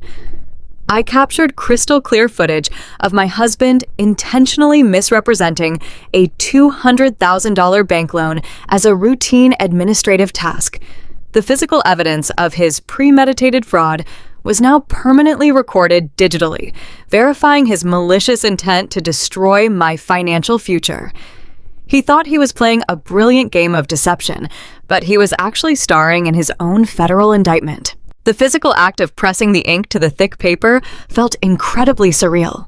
My hand hovered over the dotted line of the home equity authorization, while Greg stood mere inches away, practically vibrating with greedy anticipation. If I signed my name perfectly, the bank would instantly process the massive loan encumbering my home with a catastrophic debt. But Mr. Harrison was a man who understood the intricate mechanics of banking law better than anyone in Chicago. During our intensive meeting, he had explicitly instructed me on exactly how to navigate this dangerous intersection. I did not write my legal name. I executed a deliberate, calculated forgery of my own identity. I used my middle initial instead of my standard first name and purposefully inverted the loops on my last name, creating a signature that looked authentic at a quick glance, but was fundamentally legally void upon any professional inspection. The discrepancy was subtle enough to completely bypass Greg's lazy, arrogant scrutiny, but glaring enough to immediately invalidate the binding nature of the contract. The beauty of the strategy was absolute perfection. By allowing Greg to take this flawed document and physically submit it to a federally insured financial institution, he was crossing a massive criminal threshold. The invalid signature ensured that the bank would ultimately reject the loan, protecting my hard-earned equity from being seized. However, the very act of him presenting the forged papers with the intent to secure fraudulent funds cemented the federal wire fraud charges. I moved the pen swiftly across the page, maintaining a steady, confident rhythm. I scrawled the useless ink onto the final page and pushed the heavy stack back toward him. Greg snatched the documents up with a speed that betrayed his desperate hunger. He flipped to the back page, checking for the blue ink, confirming that his trap had seemingly snapped shut. A huge, genuine smile broke across his handsome face. He practically beamed down at me, praising my constant support and telling me how much he valued our partnership. He promised that this new venture was going to change everything for us. I looked back at him, offering a tired, soft smile in return. I agreed with him completely. This venture was absolutely going to change the entire trajectory of our lives forever. He carefully packed the fraudulent loan application into his leather briefcase, snapping the brass locks shut with a sharp, definitive click. He poured us both a glass of heavy red wine to celebrate his impending victory. We raised our glasses in the quiet kitchen, toasting to a future that only one of us actually understood. I took a long, slow sip, letting the dry vintage wash over my tongue, savoring the absolute certainty that the man standing in front of me had just effectively signed away the next 2 decades of his freedom. With the legal and financial traps securely locked into place, my immediate paramount concern shifted entirely to protecting my 2-year-old son. When the federal authorities eventually descended upon our quiet, affluent neighborhood, the ensuing chaos would be violent and deeply traumatic. I could not allow Noah to witness his father being hauled out of our front door in handcuffs, or see the beautiful house he loved crawling with stern investigators. Very early on Friday morning, before the sun had even crested the horizon, I dialed my older sister's number. Sarah lived 3 states away in a quiet mountain town, completely insulated from the toxic suburban drama of my daily life. She was a fiercely protective woman who had always viewed Greg with a healthy dose of suspicion.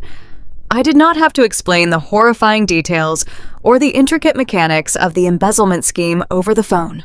I simply told her that my marriage was ending in an incredibly dangerous way, and I needed Noah out of the blast radius immediately. Sarah did not ask a single unnecessary question. She told me she was jumping in her car and would meet me at a discreet halfway point near the state border by noon. I quietly crept into Noah's nursery while the rest of the house was still dead asleep. The soft, rhythmic sound of his steady breathing was the only pure thing left in my entire world. I packed a small duffel bag with his favorite dinosaur pajamas, his beloved stuffed bear, and enough snacks to last a long weekend. I moved with silent, absolute precision, folding tiny shirts and gathering stray socks. When he finally woke up, rubbing his sleepy eyes and asking for his morning milk, I scooped his warm, heavy body into my arms and held him tighter than I ever had before. I whispered that he was going to go on a grand surprise adventure to see his favorite aunt. His face lit up with pure, innocent joy, entirely oblivious to the catastrophic storm gathering directly over our heads. Greg was already downstairs taking a long, hot shower, preparing himself for his triumphant trip to the bank. I carried Noah down the back stairs and strapped him securely into his car seat, avoiding the kitchen and the guest room where Lauren was still sleeping. I kissed his soft cheek, tasting the lingering scent of baby lotion, and promised him I would see him very soon. Watching my old sedan pull out of the driveway, carrying my most precious cargo toward safety, lifted a massive, crushing weight directly off my shoulders. The single most vulnerable piece of my heart was officially secured behind heavily fortified lines. There was absolutely nothing left holding me back. The battlefield was entirely clear, and I was fully prepared to unleash absolute hell. The morning sun finally broke through the heavy cloud cover, casting long golden shadows across the polished hardwood floors of the foyer. The house was unnervingly quiet, amplifying the sound of Greg's expensive leather shoes coming down the main staircase. He looked absolutely immaculate. He was wearing his sharpest charcoal-tailored suit, a crisp white shirt, and a silk tie that perfectly complemented his confident swagger. He smelled heavily of expensive cologne and radiated an almost giddy, manic energy. He was a man who believed he was mere hours away from securing a massive stolen fortune and running away to paradise. I stood by the kitchen counter, holding a warm ceramic mug of black coffee, watching him perform his final act. He walked over to the marble island, grabbed his heavy leather briefcase containing the forged home equity documents, and turned to face me. He wrapped his free arm around my waist, pulling me close, and pressed a firm, confident kiss directly onto my lips. The sheer, unadulterated sociopathy required to show such deep physical affection to a woman he was actively attempting to bankrupt was chilling. He looked down at me, his eyes sparkling with artificial warmth, and casually announced that he had a major bank meeting scheduled for 10 o'clock. He claimed he was finally closing the funding loop on a massive commercial property deal and promised we would go out to an expensive steakhouse that evening to celebrate. I looked up into his perfectly groomed face and allowed a slow, genuine smile to spread across my own features. I told him I was incredibly proud of him and wished him the absolute best of luck at the bank. I smoothed the lapel of his expensive jacket, adjusting the fabric with a gentle, devoted touch. I watched him walk out the heavy oak front door, stepping confidently into the bright morning light, and listened to the powerful engine of his leased luxury car roar to life in the driveway. As the silver Mercedes pulled away, disappearing around the manicured bend of our affluent street, a profound, heavy silence descended upon the empty house. I walked over to the large bay window and stared out at the quiet, peaceful neighborhood. Greg had absolutely no idea that Mr. Harrison had already initiated contact with the federal authorities. He had no idea that highly trained fraud investigators were already briefed holding the damning digital evidence of his shell company and the micro-camera footage of his deception. He was driving blindly into a heavily fortified trap. The naive, exhausted wife he thought he could easily discard was gone. He had awoken a vengeful, calculating accountant, and the bill for his betrayal was officially coming due. The calm before the storm had officially ended. It was time to burn his entire empire straight to the ground. The mahogany-paneled office of the branch manager at First National Bank felt completely detached from the frantic pace of the Chicago streets outside. It was an environment meticulously designed to make wealthy clients feel secure and important, featuring thick soundproof walls and soft ambient lighting. I stood in the carpeted hallway, just outside the heavy glass door, watching the scene unfold through the transparent panels. Greg was sitting in a plush leather wingback chair, looking like a man who had just effortlessly conquered the entire world. He was wearing his impeccably tailored charcoal suit, leaning casually across the polished desk, with his legs comfortably crossed. The branch manager, an older man with neatly combed silver hair and a deferential, welcoming smile, was actively sorting through the thick stack of documents Greg had brought in. Those were the exact same papers I had deliberately signed with a legally void signature the night before under the careful guidance of my attorney. I watched my husband point confidently to the final pages, chatting amiably as if he were closing a standard lucrative commercial property deal rather than orchestrating the absolute financial ruin of his own family. My heart beat a slow, steady rhythm against my ribs. There was no panic or fear left inside me, only a cold, clinical anticipation and a profound sense of clarity. Standing directly beside me was Mr. Harrison, my fierce litigation attorney. He projected an aura of pure lethal calm, holding a slim black briefcase that contained the absolute destruction of Greg's entire fake empire. We waited silently in the quiet corridor, watching the manager stamp a series of pages and type rapidly into his computer terminal. The moment the bank executive reached for the final authorization form to initiate the $200,000 wire transfer, Mr. Harrison gave me a single sharp, definitive nod. I pushed the heavy glass door open and stepped boldly into the plush office. The soft click of the brass latch closing behind us sounded incredibly loud in the quiet, sterile room. Greg turned around, his face initially registering mild arrogance and annoyance at the unexpected interruption. When his eyes finally locked onto mine, the brilliant, charismatic smile he was aiming at the bank manager completely froze on his face. He blinked rapidly, his mind clearly struggling to process why his exhausted, easily manipulated wife was standing in a downtown commercial bank on a Friday morning instead of working at the logistics firm. Mr. Harrison stepped smoothly into the room, standing slightly in front of me like a highly paid, incredibly dangerous shield. He did not say a single word, allowing the sheer weight of our unexpected arrival to completely saturate the quiet space. I looked directly at my husband, watching the initial wave of genuine confusion wash over his perfectly groomed features.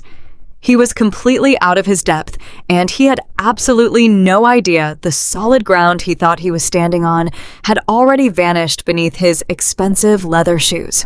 The stifling, oppressive silence in the office lasted for exactly 5 agonizing seconds before Greg's deep ingrained instinct for charming manipulation finally kicked in. He stood up quickly, adjusting the lapels of his suit jacket, and forced a wide, incredibly unnatural smile onto his face. He let out a loud, hollow laugh and walked toward me, holding his hands out in a welcoming theatrical gesture.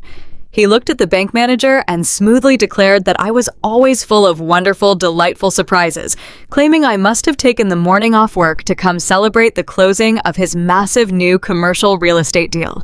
He reached out, intending to wrap his arms lovingly around my shoulders and play the role of the doting, affectionate husband to absolute perfection. I did not step back or flinch. I simply looked at his outstretched hands with an expression of such pure, unadulterated disgust that he physically recoiled, stopping dead in his tracks. His charming smile wavered, slipping violently at the edges, as he finally noticed the cold, terrifying presence of the older man standing firmly by my side. Mr. Harrison stepped forward, placing his expensive leather briefcase squarely onto the edge of the bank manager's expansive desk. He introduced himself, using his full name and prestigious legal credentials, watching with deep professional satisfaction as the silver-haired bank executive's face instantly drained of all healthy color. The manager knew exactly who Mr. Harrison was and what his formidable presence in a banking office usually signified.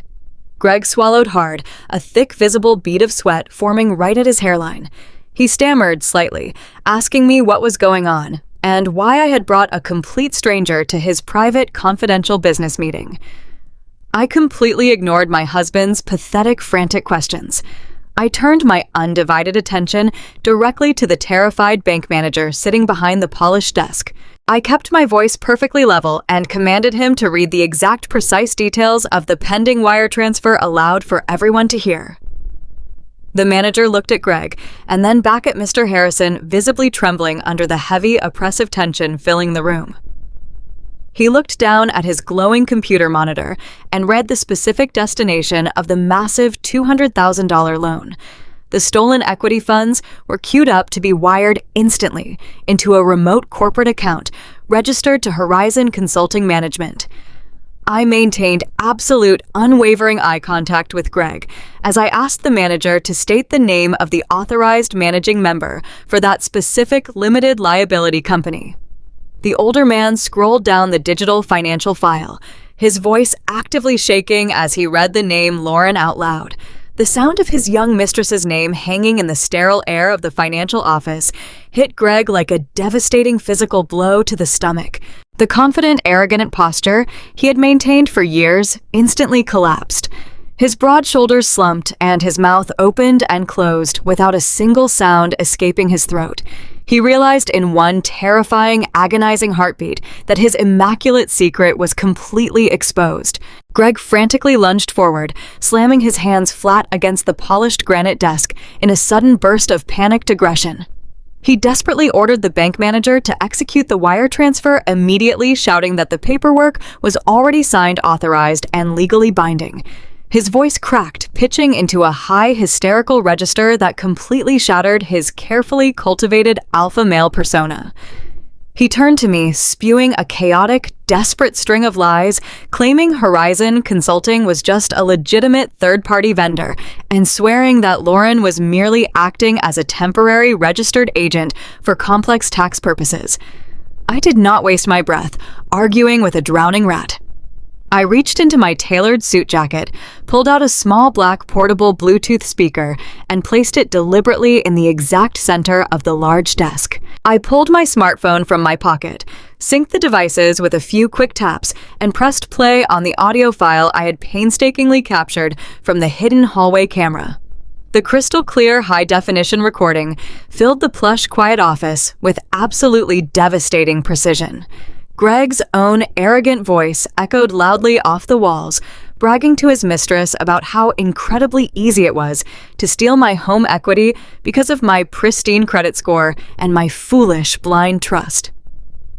The bank manager sat paralyzed in his heavy leather chair, staring at my husband with wide, horrified eyes as he listened to a sophisticated financial crime being casually plotted right in front of him. Then Lauren's breathy, eager voice joined the conversation, demanding the $200,000 and complaining bitterly about living under my roof and dealing with my toddler. The audio culminated with Greg explicitly laying out his brutal master plan to forge the business documents, trick me into signing away my life savings, and abandon me with an insurmountable mountain of debt while they fled to start a brand new life.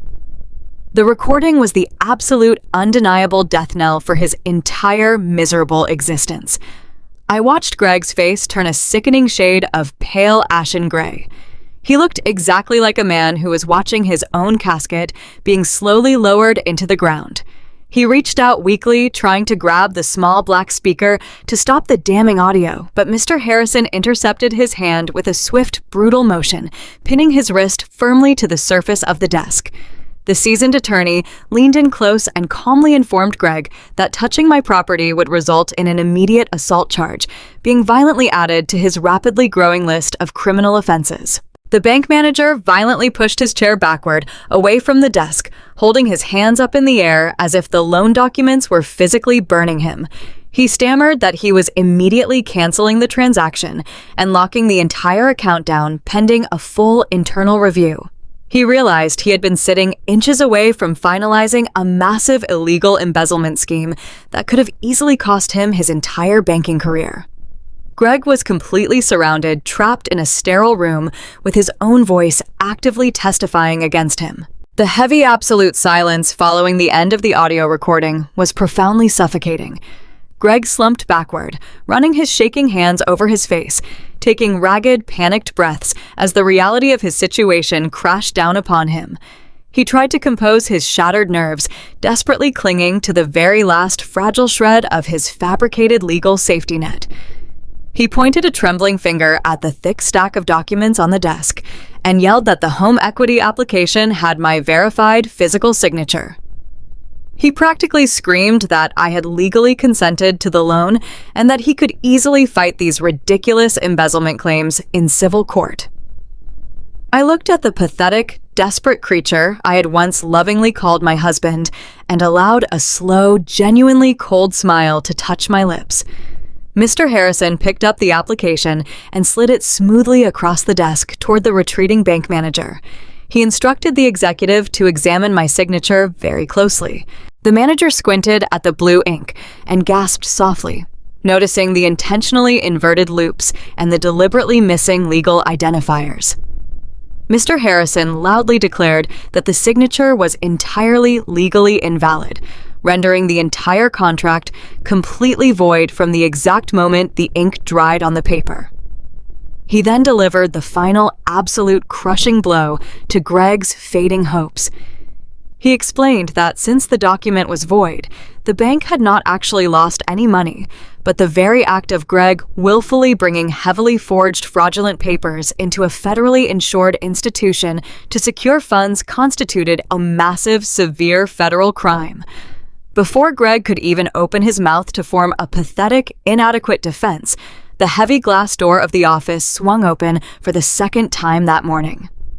Two tall, imposing men, wearing dark, nondescript suits and carrying grim, uncompromising expressions, stepped into the room. They did not look like local suburban police officers responding to a domestic dispute. They flashed solid gold badges identifying themselves clearly as federal financial fraud detectives. Mr. Harrison had coordinated their arrival perfectly, ensuring they were waiting silently in the main bank lobby the exact moment Greg attempted to execute his grand theft. One of the detectives stepped forward, his voice booming with absolute, unyielding authority. He addressed Greg by his full legal name and informed him that he was officially under arrest for federal wire fraud, attempted bank fraud, and criminal conspiracy to commit embezzlement. Greg's knees completely buckled underneath his weight. The sophisticated, wealthy real estate tycoon vanished, leaving only a terrified, broken man shaking violently in his expensive, tailored suit. He looked at me, his eyes wide with absolute pure terror, pleading silently for the mercy he had never once shown me. I stood perfectly still, my posture straight and my chin held high. I watched with profound, deeply satisfying detachment as the federal agents forcefully turned my husband around and locked heavy steel handcuffs securely around his wrists. The sharp metallic click echoed beautifully through the room, signaling the absolute final end of his miserable reign. The harsh metallic ratcheting of the heavy steel handcuffs echoing through that soundproof banking office was the most exquisite symphony I had ever heard. The two federal agents moved with incredibly swift, practiced efficiency, roughly jerking Greg's arms behind his back. The custom-tailored charcoal suit he had so proudly put on that very morning bunched and wrinkled awkwardly around his shoulders, instantly making him look remarkably small and entirely pathetic. He was no longer the charismatic, visionary real estate developer commanding the room. He was just a common, desperate thief, caught dead to rights, attempting to execute a massive federal wire fraud and blatant identity theft scheme against his own wife. One of the tall plainclothes detectives began reciting his Miranda rights in a flat, booming voice that completely drowned out Greg's sudden, hysterical sobbing. Tears began streaming rapidly down his perfectly manicured face, ruining his expensive cologne with the sharp, sour stench of genuine, unfiltered terror. He actually dropped to his knees right there, on the plush corporate carpet, completely ignoring the severe verbal warnings of the arresting officers. He looked up at me with wide, terrified eyes, desperately begging me to stop them pleading for his freedom and swearing he would cancel the transaction and make absolutely everything right. He cried out that we were a loving family, that he cherished me deeply, and that this entire nightmare was just a terrible, catastrophic misunderstanding. I did not move a single muscle in response to his pathetic display. I stood beside Mr. Harrison, completely motionless, staring down at the weeping, trembling mess of a man who had cheerfully plotted to leave me destitute and homeless. My heart, which had once beat so fiercely and blindly for him, was now a block of solid, impenetrable ice. I looked down at him with absolute chilling indifference, offering no comfort, no anger, and absolutely no mercy. I told him very quietly that the paperwork was signed exactly as he requested, and the transaction was now entirely out of my hands. The federal agents hoisted him forcefully to his feet, completely ignoring his desperate rambling excuses, and marched him out of the branch manager's office. I followed closely behind, savoring the spectacular finale of his carefully constructed illusion. The massive frosted glass doors opened into the sprawling, bustling main lobby of the commercial bank. Dozens of wealthy clients, busy tellers, and senior loan officers stopped dead in their tracks, their quiet financial conversations completely dying away. They watched in stunned silence as the federal detectives paraded my weeping, handcuffed husband straight through the absolute center of the room. The agonizing walk of shame felt like it lasted for an eternity. Every single eye in the vast building tracked his humiliating exit, witnessing the total public obliteration of the confident, wealthy persona he had spent years financing with my grueling labor. He was shoved roughly through the heavy revolving doors and out into the bright morning sun, completely exposed and utterly ruined. I remained standing comfortably inside the cool lobby, taking a deep, steady breath of my newly reclaimed freedom, while Greg was being shoved into the back of a federal transport vehicle miles away downtown. A completely different kind of spectacular justice was descending upon my quiet, affluent suburban neighborhood. Barbara had brazenly returned to my house later that same morning, carrying 2 bottles of incredibly expensive imported champagne to celebrate what she truly believed was the successful execution of their brilliant financial heist. She and Lauren were sitting comfortably on my back patio furniture, happily toasting to my impending bankruptcy, when the heavy, thick tires of 3 marked police cruisers screeched to a sudden, violent halt right in my driveway. The bright, flashing red and blue sirens painted the manicured green lawns and identical brick facades with a harsh, undeniable sense of emergency. I had explicitly provided Mr. Harrison and the federal authorities with the raw, unedited audio files from my hidden kitchen recorder. The chilling, unmistakable conversation where Barbara meticulously instructed her son on exactly how to structure the illicit wire transfers and launder my stolen home equity through a Delaware shell company was more than enough evidence to formally implicate her. She was no longer just a toxic, overbearing mother-in-law. She was actively legally classified as a direct accessory to a major federal financial crime. The uniformed officers marched briskly up the concrete front walkway, bypassing the decorative flower beds I had carefully planted, and pounded heavily on the wooden front door. I received the deeply satisfying play-by-play later from a neighborhood friend who watched the entire incredible event unfold directly from her front porch. When Barbara opened the door, holding a delicate crystal champagne flute, she initially tried to deploy her usual arrogant, snobbish suburban authority. She loudly demanded to know exactly why the local police were disturbing her peaceful private morning. The lead officer did not indulge her wealthy, entitled attitude for a single second. He loudly and very publicly informed her that she was being officially detained for questioning regarding a massive federal conspiracy to commit wire fraud. The color completely drained from Barbara's arrogant face as the stern officer commanded her to turn around and place her hands directly behind her back. The pure, unadulterated shock of being treated like a common street criminal on the front porch of the neighborhood she treated like her own personal royal kingdom broke her completely. She began screaming wildly, insisting there was a terrible mistake, invoking her old family name and threatening to have the officers instantly fired. But her shrill, panicked protests only served to draw a massive captive audience. Every single neighbor on the affluent cul-de-sac stepped out of their beautiful houses to watch the incredible unfolding drama. The women who used to sip white wine and endlessly praise Barbara's elegant refinement now stood on their immaculate lawns, watching in absolute stunned horror as the local matriarch was physically restrained. The pristine, snobbish reputation she had spent decades ruthlessly cultivating was utterly and permanently obliterated in the span of 5 minutes. She was shoved roughly into the back of a waiting squad car, her expensive cashmere wrap dragging through the damp morning grass, while the entire neighborhood bore silent witness to her spectacular, humiliating downfall.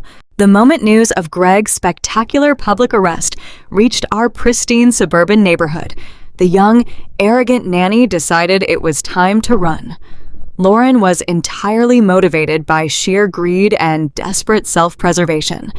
She did not shed a single tear for her newly imprisoned lover. Instead, she frantically tossed her stolen designer clothes and expensive jewelry into her matching leather luggage. Her grand master plan was to flee across state lines and access the massive funds she believed were safely tucked away in her Delaware shell company. She dragged her heavy suitcases down the sweeping front staircase of my house, completely abandoning the domestic fantasy she had so eagerly tried to steal. She hailed a premium vehicle to the international airport, envisioning a luxurious escape to a tropical paradise where she could live out her wealthy socialite dreams. However, the pampered young woman severely underestimated the absolute thoroughness of a scorned financial professional. Days before the trap at the local bank was even sprung, I'd quietly compiled a massive digital dossier detailing every single fraudulent wire transfer and illicit corporate structure she and Greg had created. I submitted that airtight comprehensive file directly to the Criminal Investigation Division of the Internal Revenue Service as an anonymous whistleblower. While Lauren was busy strutting around my kitchen wearing my diamonds, the federal government was silently dismantling her entire hidden financial haven. Standing at the premium ticket counter, she confidently handed over her sleek corporate debit card to purchase an expensive one-way flight out of the country. The airline agent swiped the plastic and politely informed her that the transaction was entirely declined. Deeply annoyed and visibly embarrassed, Lauren quickly logged into her secure banking portal on her smartphone, fully expecting to see hundreds of thousands of dollars ready for immediate deployment. Instead, she was met with a stark, brutal red notification screen. The digital display explicitly stated that all liquid funds associated with Horizon Consulting Management had been formally seized by federal authorities under suspicion of major money laundering and tax evasion. The color completely drained from her youthful face as the terrifying reality of her situation finally took hold. She was not a wealthy, sophisticated businesswoman heading to an exotic beach. She was a completely broke, unemployed college dropout, standing in a crowded airport terminal with absolutely zero assets to her name. Her rising panic escalated into pure, unadulterated terror when two uniformed Port Authority police officers approached the ticket counter requesting her physical identification. They calmly informed her that she was listed as a primary flight risk, connected to an ongoing federal financial fraud investigation. The expensive leather luggage she had so frantically packed was immediately confiscated as active criminal evidence. She was escorted away from the departure gates, facing multiple severe felony charges for conspiracy and receiving stolen corporate funds. The arrogant girl who had actively tried to destroy my family was now completely destitute, and her glamorous life was completely over. 6 months later, the heavy wooden doors of the county family courthouse swung open to deliver the absolute final chapter of my revenge. The divorce proceedings were swift, brutal, and entirely devoid of any mercy. Greg sat at the defense table, wearing a bright orange prison jumpsuit that completely erased his formerly dashing, wealthy persona. He looked incredibly haggard, his hair thinning, and his posture slumped under the crushing weight of his ongoing criminal trial. Mr. Harrison stood tall and confident by my side, presenting the overwhelming mountain of evidence we had meticulously gathered. He laid out the audio recordings, the forged loan documents, and the expansive network of shell companies designed explicitly to defraud me and bankrupt our family. The presiding judge, an older woman with a stern, uncompromising expression, listened to the undeniable facts with visible, absolute disgust. She did not offer Greg a single ounce of sympathy or consideration. When it was time to issue the final legal ruling, her voice echoed through the quiet courtroom like a swinging gavel of ultimate justice. Because Greg had actively committed severe financial crimes to intentionally defraud his lawful spouse, the judge completely bypassed any standard equitable division of our marital property. She declared his actions to be a grotesque violation of trust and an egregious abuse of the marital contract. The judge legally awarded me 100% of all remaining marital assets. I was granted full sole and uncontested ownership of the beautiful suburban house I had worked so incredibly hard to maintain. I was awarded every single penny left in our retirement accounts and the completely restored educational trust fund for my son. Furthermore, the judge granted me absolute sole legal and physical custody of Noah, ensuring Greg would never have the opportunity to poison our child's mind or leverage him for future manipulation. The man who had tried to leave me with nothing was legally stripped of his entire paternal and financial identity. But the judge was not quite finished delivering her blistering verdict. While she awarded me all of the positive assets, she legally assigned the entirety of Greg's massive crippling student loan debt directly back to him. He was left entirely responsible for hundreds of thousands of dollars in educational loans that he would never be able to repay from a prison cell. As the armed bailiff stepped forward to escort him back to his maximum security federal holding facility, Greg looked at me one final time. There was no arrogance left in his hollow, defeated eyes, only the bleak, terrifying realization that he had engineered his own absolute destruction. I did not smile or offer a single word of parting advice. I simply turned my back on the man who had tried to bury me and walked confidently out of the courtroom into the bright, warm sunlight. My son was safe.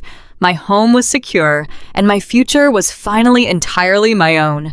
The nightmare was finally over. 2 years have passed since the heavy steel doors of justice slammed shut on the people who tried to bury me. Time has a beautiful way of clarifying the truth and balancing the scales. Mr. Harrison occasionally sends me brief clinical updates regarding the collection of court-ordered restitutions, allowing me a crystal-clear view into the dismal ashes of their ruined lives. Greg did not get his luxurious tropical escape. Instead, he received a mandatory 5-year sentence in a federal correctional facility.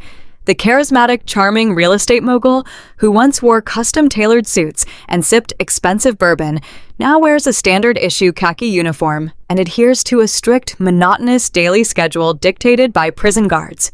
His grand ambitions of building a massive commercial empire have been reduced to mopping cafeteria floors for cents an hour. He is completely stripped of his arrogant swagger, locked in a small concrete cell where his undeniable charisma is absolutely worthless. He has 5 long, agonizing years to stare at cinder block walls and calculate the exact mathematical cost of his monumental greed. Lauren, the arrogant young woman who paraded around my kitchen wearing diamonds, purchased with my stolen wages, experienced an equally brutal reality check. The federal government seized every single asset tied to her fraudulent shell company, leaving her entirely destitute and facing a mountain of court-ordered financial restitution. She did not jet off to a secluded beach. She currently works the grueling midnight graveyard shift at a sterile 24-hour highway diner. The girl who once sneered at my exhausted appearance now spends her nights wiping down sticky laminate tables under harsh buzzing fluorescent lights, wearing a cheap polyester uniform stained with stale coffee. Every miserable minimum wage paycheck she earns is immediately garnished by the Internal Revenue Service, leaving her barely enough to survive. The illusion of her glamorous, wealthy future evaporated into thin air, replaced by the crushing, permanent weight of a federal felony record. But perhaps the most poetic downfall belonged to Barbara. The proud, snobbish matriarch who had gleefully treated my suburban neighborhood like her own personal kingdom was entirely banished from her beloved social circles. Her highly publicized arrest on my front porch became the absolute ultimate scandal, permanently obliterating her pristine reputation. The wealthy church congregation she once ruled with an iron fist completely turned their backs on her. The women who used to blindly praise her elegance began crossing the street to actively avoid her. The suffocating social isolation eventually forced her to sell her pristine home and relocate to a cramped, dingy one-bedroom apartment on the undesirable side of town. The woman who constantly judged my simple lifestyle now spends her days sitting alone in a tiny, humid living room, surrounded by fading memories of her former status. They had all banded together to destroy me, but in the end, they simply dug their own inescapable graves. While their worlds crumbled into dust, mine slowly blossomed into something incredibly vibrant and entirely my own. The first physical step I took toward absolute healing was violently erasing Greg's lingering presence from my personal sanctuary. I spent an entire weekend wearing paint-splattered overalls, physically transforming the master bedroom. I stripped away the dark, heavy wallpaper he had insisted upon and dragged his massive, imposing mahogany furniture out to the curb. I painted the walls a brilliant, serene shade of pale blue and opened the heavy blinds, allowing the warm, golden morning sunlight to finally flood the space. Standing in the center of that freshly painted room, smelling the crisp, clean scent of renewal, I felt a profound, immense weight lift permanently off my chest. The house no longer felt like a suffocating crime scene or a meticulously guarded prison. It was simply my home, a beautiful safe haven bought and paid for entirely by my own honest labor. I reclaimed every single square inch of my property, replacing the bitter memories of his deception with the joyful, chaotic sounds of my son growing up. Noah is thriving, blissfully unaware of the catastrophic storm that once threatened to swallow his entire future.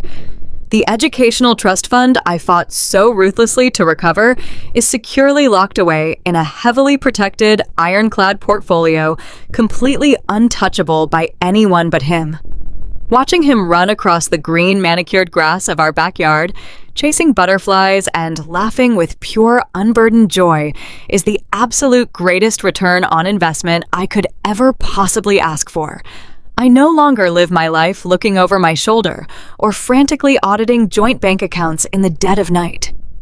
I'm entirely focused on building a beautiful, stable foundation for my boy rooted in absolute truth and unwavering security. That same fierce, protective energy naturally spilled over into my professional life. I formally resigned from the logistics firm, leaving the dreary fluorescent lights and grueling 60-hour work weeks behind me forever. I realized that the exact same forensic accounting skills I had utilized to completely dismantle Greg's offshore shell companies were incredibly valuable. I launched my own independent bookkeeping and financial consulting firm, operating right out of a sunlit office on my first floor. I now help other small business owners and independent contractors protect their assets, secure their ledgers, and identify internal fraud before it destroys their livelihoods. My client list grew rapidly solely through word of mouth, and I am now far more financially successful than Greg ever pretended to be. I dictate my own hours, select my own clients, and never have to ask anyone for permission to spend the money I earn. The terrifying, agonizing trial that was designed to completely break me ultimately forged me into a powerhouse. I walked through an absolute inferno of betrayal and emerged on the other side completely unscathed, holding the keys to my own brilliant, unapologetic freedom. Looking back at the smoldering wreckage of my old life, I realized that the absolute greatest gift my ex-husband ever gave me was the complete and total destruction of my own blind naivety. I am speaking directly to every single woman listening to my voice right now, regardless of your age, your background, or your current relationship status. From the time we are very young, we are consistently raised to be the ultimate selfless caretakers. We are explicitly taught to pour every single ounce of our soul, our precious energy, and our hard-earned money into building a beautiful, secure foundation for the people we deeply love. We give our hearts completely, and we sacrifice our own personal ambitions without a single second thought, because society tells us that is exactly what a devoted, loving partner is supposed to do. But you must hear my voice, and you must understand this fundamental, undeniable truth. You can love your family with an absolute fierce devotion, but you must never, under any circumstances, surrender the keys to your own personal financial independence. True love is a beautiful, profound emotion, but it is absolutely not a secure, long-term financial strategy.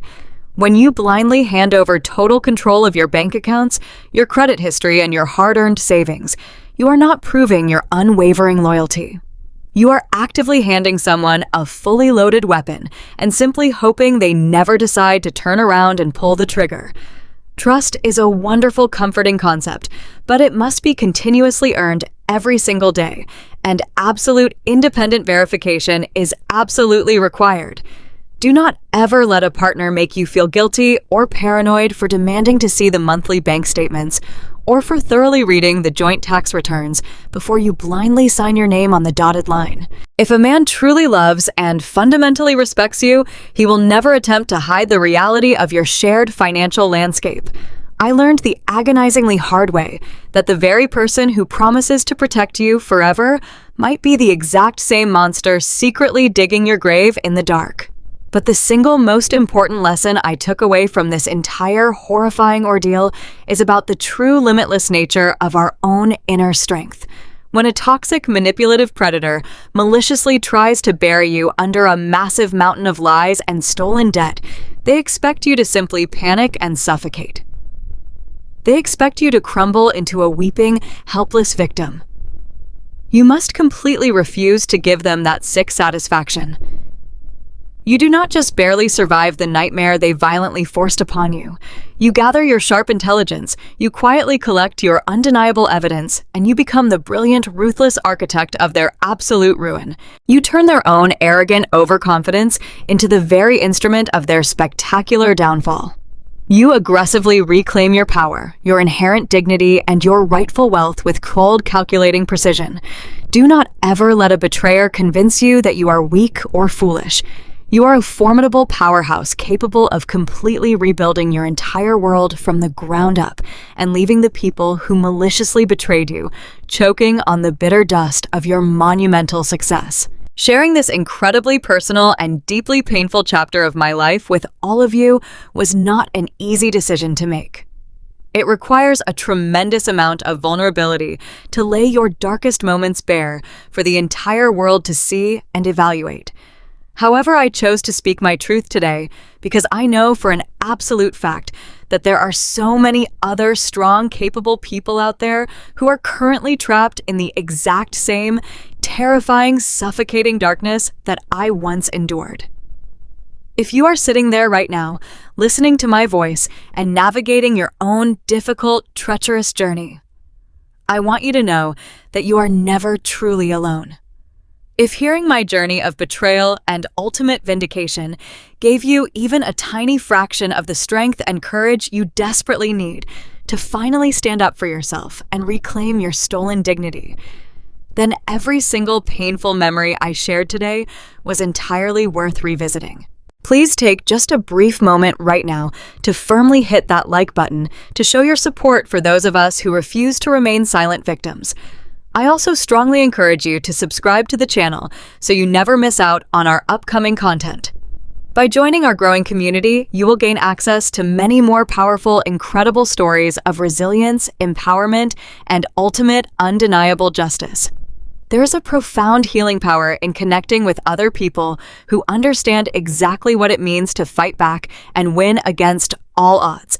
I genuinely want to hear directly from each and every one of you tuning in today. Please scroll down to the comment section below and let me know exactly where you are joining us from. Leave a detailed comment telling me the specific city and state you are watching from today. I always find it absolutely fascinating and incredibly inspiring to see just how far these stories of personal triumph can travel across the country and around the globe.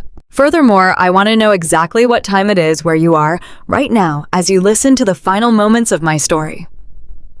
Whether you are enjoying a quiet, sunny morning on the West Coast, taking a brief lunch break in the Midwest, or settling in for a late, relaxing evening on the East Coast, your presence here matters deeply to me. Building this supportive, interactive community is what makes sharing these difficult experiences so incredibly rewarding and powerful. I want to extend my most sincere and heartfelt gratitude to you for taking the time out of your busy day to sit down and listen to my journey from financial ruin to absolute independence. Remember to always protect your heart, guard your assets, and never let anyone extinguish your inner fire. Thank you so much for listening, supporting, and sharing this space with me, and I will look forward to seeing all of you in the next video.